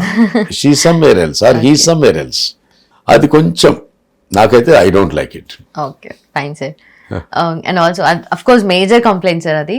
అండ్ ఆల్సో ఇప్పుడు ఫైనల్గా కమింగ్ అప్ ఆస్పిరెంట్స్కి ఎవరైతే సివిల్ సర్వీసెస్కి రావాలనుకుంటున్నారో వాళ్ళకి ఏం చెప్తారు? అండ్ మెయిన్గా ఒక సివిల్ సర్వెంట్ అవ్వాలి అంటే ఉండాల్సిన క్వాలిటీస్ ఏంటి ఆస్పిరెంట్స్లో? చాలా బాగుంది, థ్యాంక్ యూ వెరీ మచ్, మంచిగా అడిగారు. ముఖ్యంగా ఏమిటంటే civil services I told already it is the toughest examination. దానికి ప్రిపరేషన్ కూడా చాలా స్ట్రాంగ్గా ఉండాలి. ఇప్పుడు ఎవరైనా కానీ ఒక పర్టికులర్ సబ్జెక్ట్లో వాళ్ళకి ఎక్స్పర్టీస్ ఉంది, మిగిలిన సబ్జెక్ట్స్లో లేదు. ఓకే. యూపీఎస్సి అన్ని సబ్జెక్ట్స్లోనూ నీకు అవగాహన ఉందా లేదా, బేసిక్ నాలెడ్జ్ ఉందా లేదా అని మినిమం ఎక్స్పెక్ట్ చేస్తుంది జనరల్ సబ్జెక్ట్స్. అందుకే మీకు జిఎస్ చాలా ఎక్కువ పేపర్స్ ఉంటాయి. అలాగే మీకు మెయిన్స్ రాసినా కానీ జిఎస్ ఆల్ పేపర్స్ ఉండి ఒక ఆప్షనల్ మాత్రం కేవలం ఒకటే ఆప్షనల్ ఇప్పుడు 2 పేపర్స్ ఉంటాయి దాంట్లో. సో మీకు జనరల్ నాలెడ్జ్ చాలా బాగా ఉండాలి. ఏమేమి ఉండాలి? ఇప్పుడు మీకు జనరల్ సైన్సెస్లో ఏమున్నాయి? జాగ్రఫీ ఉంది, హిస్టరీ ఉంది, పాలిటీ ఉంది, ఎకానమీ ఉంది, సైన్స్ అండ్ టెక్నాలజీ ఉంది, ఎకాలజీ ఉంది, ఎన్వైరన్మెంట్ ఉంది. ఇవి కాకోకుండా మీకు మళ్ళీ సిసాట్ అని ఒకటి ఉంది. అంటే మీకు అర్థమెటిక్, రీజనింగ్, ఇంగ్లీష్ కాంప్రిహెన్షన్, వాటిల్లో కూడా మీకు చక్కని ప్రవేశం ఉండాలి. ఇది కాకుండా ఎథిక్స్ అని ఒకటి ఉంది. ఇప్పుడు అది మేము ఉన్నప్పుడు లేదు ఈ సబ్జెక్ట్, ఇప్పుడు వచ్చింది అది. ఆ ఎథిక్స్లో మనకి వర్క్ కల్చర్, వర్క్ ఎన్వైరన్మెంట్లో ఏ విధంగా బిహేవ్ చేయాలి, కేస్ స్టడీస్ ఏమిటి, ఏమైనా కేస్ స్టడీస్ ఉంటే ఏమిటవి, వాటి ఫైనల్ మోరల్ ఏమిటి, ఇవన్నీ తెలుసుకోవాలి. ఇన్ని సబ్జెక్ట్స్లో మీకు బేసిక్ నాలెడ్జ్ ఉండాలంటే ఆ సబ్జెక్ట్స్ కాన్సెప్చువల్ క్లారిటీ మీకు ఉండాలి. ఓకే. ఆ కాన్సెప్చువల్ క్లారిటీ మీకు రావాలంటే మీకు ఎన్సీఆర్టీ శరణ్యం. అంటే మనం ఎక్కడైనా కోచింగ్ తీసుకుంటున్నామంటే మెయిన్ అంటే బేసిక్ కోచింగ్ టార్గెట్ బ్యాచ్ అంటాం దాన్ని. ప్రిలిమ్స్కి, మెయిన్స్కి, ఇంటర్వ్యూకి, మెంటరింగ్తో సహా మనం కోచింగ్ ఇస్తాం జనరల్గా. అది 1 year కోర్స్ జరుగుతుంది. గ్రాడ్యుయేషన్ కానీ పోస్ట్ గ్రాడ్యుయేషన్ కాగానే డైరెక్ట్గా వచ్చేసి 1 year కోచింగ్ తీసుకుంటున్నారు యాస్పిరెంట్. దట్ యాస్పిరెంట్కి బేసిక్ నాలెడ్జ్ చాలా సబ్జెక్ట్స్లో లేదు. ఇక్కడ మన 1 year కోచింగ్లో ఒక పర్టికులర్ లెవెల్ నుంచి స్టార్ట్ చేస్తాం. You are already graduate, so you know everything up to 12th standard of humanities, up to 10th standard of sciences అని మేము ఆల్రెడీ ట్రీట్ చేస్తాం మిమ్మల్ని. కాబట్టి ఆ లెవెల్ తర్వాతే మిమ్మల్ని స్టార్ట్ చేస్తాం, మేము టీచింగ్ స్టార్ట్ చేస్తాం. మీకు అది బేసిక్గా జాగ్రఫీ చదవలేదు, మీరు ఎంఏ పొలిటికల్ సైన్స్ చేశారు, లేకపోతే బిఏ చేశారు, లేకపోతే బిఎస్సి కంప్యూటర్ సైన్సెస్ చేశారు, జాగ్రఫీ ఎప్పుడు చదవలేదు. ఇప్పుడు జాగ్రఫీ గురించి మనం మాట్లాడుతూ ఉంటే మీకు ఎలా చెప్తారు అది? సో నా యొక్క డైరెక్ట్ మీ అందరికీ కూడా ఉదాహరణ ప్లస్ నేను చెప్పే సలహా ఏమిటంటే ఎట్టి పరిస్థితుల్లో మీరు ఎన్సీఆర్టీ అన్ని బుక్స్ చదవండి. 1 year చదవండి. మన గ్రాడ్యుయేషన్ అయిన తర్వాత మీరు 2nd year రాయండి ప్రిలిమ్స్, 1st year రాయకండి. మీరు ఫైనల్ ఇయర్లో ఉన్నంత కాలంలో మీరు ఆల్రెడీ ఎన్సీఆర్టీ చదివేసి ఉంటే you feel that you have conceptual clarity, you have clear understanding about all the subjects. ఏమిటంటే నువ్వు చెప్పగలవు. ఇప్పుడు ద్రవ్యోల్బణం, ఇప్పుడు మనం ఏదన్నా చెప్పాము, ఇన్ఫ్లేషన్ అంటే ఏంటి నీకు తెలుసు, ఆర్థిక మాంద్యం అంటే ఏంటో తెలుసు, డిమాండ్ అంటే తెలుసు, డిమాండ్ ఎలాస్టిసిటీ అంటే ఏంటో తెలుసు, జీడిపి అంటే ఏంటో తెలుసు. ఇవన్నీ మీకు తెలిస్తే మీకు మళ్ళీ క్రొత్తగా ఎకానమీ ఎన్సీఆర్టీ చదువుకోక్కర్లేదు. అలాగే హిస్టరీలో మొత్తం ఏన్షియంట్ ఇండియా బేసిక్గా తెలుసు, నాలెడ్జ్ తెలుసు, మోడర్న్ ఇండియా, ఫ్రీడమ్ స్ట్రగుల్, ఇవన్నీ తెలుసు మనకి. అలాగే కాన్స్టిట్యూషన్ తెలుసు, ఫండమెంటల్ రైట్స్ తెలుసు, డైరెక్టివ్ ప్రిన్సిపల్స్ తెలుసు. ఇలాగా మన సిస్టమ్ ఏమిటి, మన ఎకానమీ ఏమిటి, మన డెమోక్రటిక్ సిస్టంలో గొప్పదనం ఏమిటి, ఎందుకు మనం డెమోక్రటిక్ సిస్టమ్ని మనం చూస్ చేసుకున్నాం, అప్పుడు వాళ్ళు ఎందుకు చూస్ చేసుకున్నారు, దాని ముఖ్య ఉద్దేశం ఏంటి, వాట్ ఈజ్ ప్రియాంబుల్, ఇవన్నీ మనకి ముందుగా తెలియాలి. తెలిసిన తర్వాత అనలిటికల్ క్వశ్చన్స్కి మీరు ఆన్సర్ చేయగలరు. ముందు కాన్సెప్ట్ మనకి క్లారిటీ లేకపోతే ఎలా చెప్తారు? అందుకని మీరు ఎన్సీఆర్టీ చదవండి. మేము చాలా సక్సెస్ఫుల్గా మేము నడిపిస్తున్నాం భోపాల్లో. ఎన్సీఆర్టీలో జాయిన్ చేస్తాం మేము. గ్రాడ్యుయేషన్ ఫైనల్ ఇయర్లో ఉన్నప్పుడు కానీ, పోస్ట్ గ్రాడ్యుయేషన్ ఫైనల్ ఇయర్లో ఉన్నప్పుడు కానీ మా దగ్గరకు వచ్చి వాళ్ళు జాయిన్ అవుతారు. వాళ్ళు చదివి మొత్తం సిస్టమేటిక్గా చెప్తాం. దౌడాయించాం. రోజుకు 6 గంటలు 7 గంటలు టీచ్ చేసేయటం కుదరదు. కొత్తగా నేర్చుకుంటే మీరు తెలుసుకోండి. ఇంతకుముందు మీరు నేర్చుకున్నా కానీ మీకు ఏది తెలియదు అన్నట్లుగా ప్రారంభించి ప్రతిదాన్ని ఎన్ని రకాలుగా ప్రశ్నలు అడగాలి అన్ని రకాలుగా ప్రశ్నలు అడిగి టీచర్ చేత పూర్తిగా ఎక్స్ప్లెయిన్ చేస్తే మీకు అర్థమైతే మేమేం చేస్తున్నాం, ఎన్సీఆర్టీ స్టార్ట్ చేసాం. ఇక్కడ ఎన్సీఆర్టీ మీరు చదవండి, 1 year చదవండి. ఇప్పుడు మేము జూన్లో పెడుతున్నాం కాబట్టి 5 months పెట్టాం ఎన్సీఆర్టీ. ఈ 5 monthsకి మేము ప్రాపర్గా చేసి ఈ 5 monthsలో మీరు ఎన్సీఆర్టీ బుక్స్ అన్నీ కూడా మీరు అర్థం చేసుకోండి. వాటికి కూడా మేము ఒక జిస్ట్ కింద 6వ తరగతి నుంచి 12వ తరగతి వరకు ఉన్నటువంటి బుక్స్ని, హిస్టరీని ఒకే బుక్గా దాని సారాంశాన్ని మేము డెవలప్ చేసాం. రావుస్ పబ్లికేషన్స్ మాది.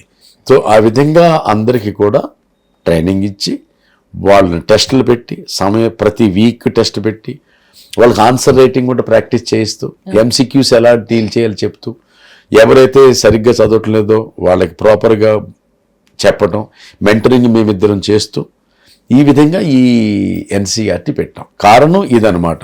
ముందు ఎన్సీఆర్టీ నాలెడ్జ్ ఉండి అప్పుడు మీరు టార్గెట్ బ్యాచ్లో 1 year మీరు చదవండి. సో అది సక్సీడ్ అయ్యాం మేము భోపాల్లో, బాగా సక్సీడ్ అయ్యాం. అది కూడా ఆ విధంగా వీళ్ళకి చదివించాలి, వాళ్ళకి కాన్సెప్టులో క్లారిటీ తీసుకురావాలి. అప్పుడు మనం మంచిగా వాళ్ళకి టార్గెట్ బ్యాచ్ 1 year కోర్స్ చేయించి ఈ 2 ఏళ్లలో ప్రాపర్గా ఏకాగ్రతతో కాన్సన్ట్రేషన్తో మేము చెప్పినవి అన్నీ కూడా చక్కగా నేర్చుకుంటే మ్యాక్సిమం టు మ్యాక్సిమం ఛాన్సెస్ వీళ్ళకి ఉంటాయి. ఎందుకంటే మనం ఒక పర్టికులర్ విధానం, ఒక పర్టికులర్ లైన్ ఆఫ్ యాక్షన్తో వెళ్తున్నాం. ఆ లైన్ ఆఫ్ యాక్షన్లో వాళ్ళు కూడా కలిసిపోవాలి. ఎస్, నేను ఇది కరెక్ట్గా ఫాలో అవ్వాలి, ఇంకా వేరే యావిగేషన్స్ ఉండకూడదు, ఈ చాటింగ్లు గీటింగ్లని మానేయాలి. ఒక్కసారి మీరు 2 years సాక్రిఫైస్ చేసి చక్కగా చదివితే ఇక మీ జీవితం అంతా కూడా ఎంతో ఆనందమయంగా జరిగిపోతుంది. ఆ ఆనందమయంగా జరిగే దక్కి మేమే ఎగ్జాంపుల్స్. ఎక్కడ పుట్టాము, ఎలా పెరిగాము, ఈనాడు ఏ స్థితిలో ఉన్నాం, ఎంత రెస్పెక్ట్ ఉంది, ఎంత సాటిస్ఫైడ్ లైఫ్ నడిపిస్తున్నాం ఇప్పుడు మేము నడిపిస్తూ ఎంతోమందికి సహాయ సహకారాలను అందించి వాళ్ళని ప్రయోజకులు చేయాలని, వాళ్ళ జీవితాలను సార్థకం చేయటంలో మేము కూడా భాగీదారులం కావాలనే ఉద్దేశంతో మనం ఇది చేస్తున్నాం. Perfect example sir. And also madam గురించి చెప్తారా? అరుణ మ్యామ్ గురించి. మేడం గారు వర్ణనాతీతం అని చెప్పొచ్చు. ఏదైనా కానీ చక్కని, చాలా చాలా సహనశీలి, చాలా పేషెంట్గా వింటారన్నీ కూడా చాలా బాగా చెప్తారు. తో మంచి ఇంటెలిజెంట్ ఆవిడ.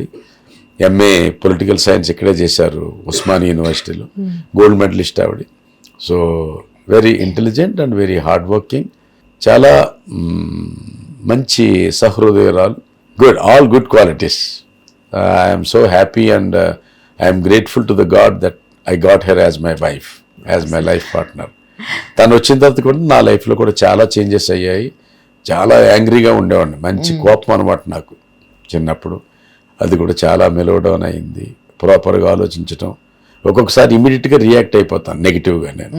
అది మొత్తం పోయింది ఇప్పుడు చాలా వరకు. ఇమీడియట్గా ఎవరన్నా ఏదైనా అయితే అది నెగిటివిటీ రాకోకుండా ముందు దాన్ని పాజిటివ్గా థింక్ చేసి ఆ తర్వాత నువ్వు రియాక్ట్ అయితే బాగుంటుంది అన్నమాట. వెంటనే కాదు, కూడదు అని చెప్పకుండా ఆలోచించి చేయటం, అందులో చాలా నా పర్సనాలిటీని మౌల్డ్ చేయటంలో చాలా హెల్ప్ చేశారు. ఎప్పుడు కూడా కలిసే ఉంటాం మేము. ఏ పార్టీ కూడా మేము విడివిడిగా ఇంతవరకు వెళ్ళలేదు. ఓకే, ఎప్పుడు కలిసే వెళ్ళాం. ఒకవేళ ఒకళ్ళు రాలేకపోతే ఇద్దరం వెళ్ళలేదు. అలా అది కూడా చాలా రేర్గా జరుగుతుంది. మా స్పోర్ట్స్లో కూడా ఇద్దరం బ్యాడ్మింటన్ ఆడేవాళ్ళం, ఇద్దరం క్యారమ్స్ ఆడతాం, ఇద్దరం కూడా గోల్ఫ్ ఆడతాం. ఇప్పుడు అంత కలిసి చేస్తూ ఉంటాం. అంటే మంచి కంపానియన్ అనమాట. It will be very difficult అనమాట. ప్రజెన్స్ అబ్సెన్స్లో వెళ్ళి ఏదన్నా ఆడుకోవాలంటే అంత ఎక్కువ ఇష్టం ఉండదు. కలిసి వెళ్ళి ఆడాలనే ఫీల్ ఉంటుంది అన్నమాట. ప్రాపర్ కపుల్ గోల్స్ ఇస్తున్నారు మీరు sir. Thank you so much for the time and thank you so much again sir. మీ ఎక్స్పీరియన్సెస్ అన్ని షేర్ చేసుకున్నారు and I hope all the ఎవరైతే ఆస్పిరెంట్స్ ఉంటారో మిమ్మల్ని ఎగ్జాంపుల్గా తీసుకుని will go forward and thank you so much once. తప్పకుండా అందరికి కూడా ఇదే మీకు నమస్కారం. అందరికీ చెప్పేది ఏమిటంటే మనకి కొంచెం మనోనిగ్రహత, ఏకాగ్రత, ఏదో సాధించాలి, ఒకటంటూ లక్ష్యం అంటూ ఉండాలి మనిషికి. అప్పుడు లక్ష్య సిద్ధి కోసం, లక్ష్య సాధన కోసం డెఫినెట్గా మనం పని చేయగలుగుతాం. ముందు టార్గెట్ పెట్టుకోవాలి, టార్గెట్ ఉండాలి. Without target one should not go forward. There should be something to reach. అది రీచ్ అయిన వెంటనే మళ్ళీ there is some other thing to reach. ఎప్పుడు కూడా ఒక లక్ష్యం అంటూ ప్రతి వ్యక్తికి ఉండాలని, ఆ లక్ష్య సాధనకి వాళ్ళు కష్టపడాలని, వాళ్ళ జీవితాలు ధన్యం చేసుకోవాలని అందరికి అభినందిస్తున్నాను. Thank you so much sir.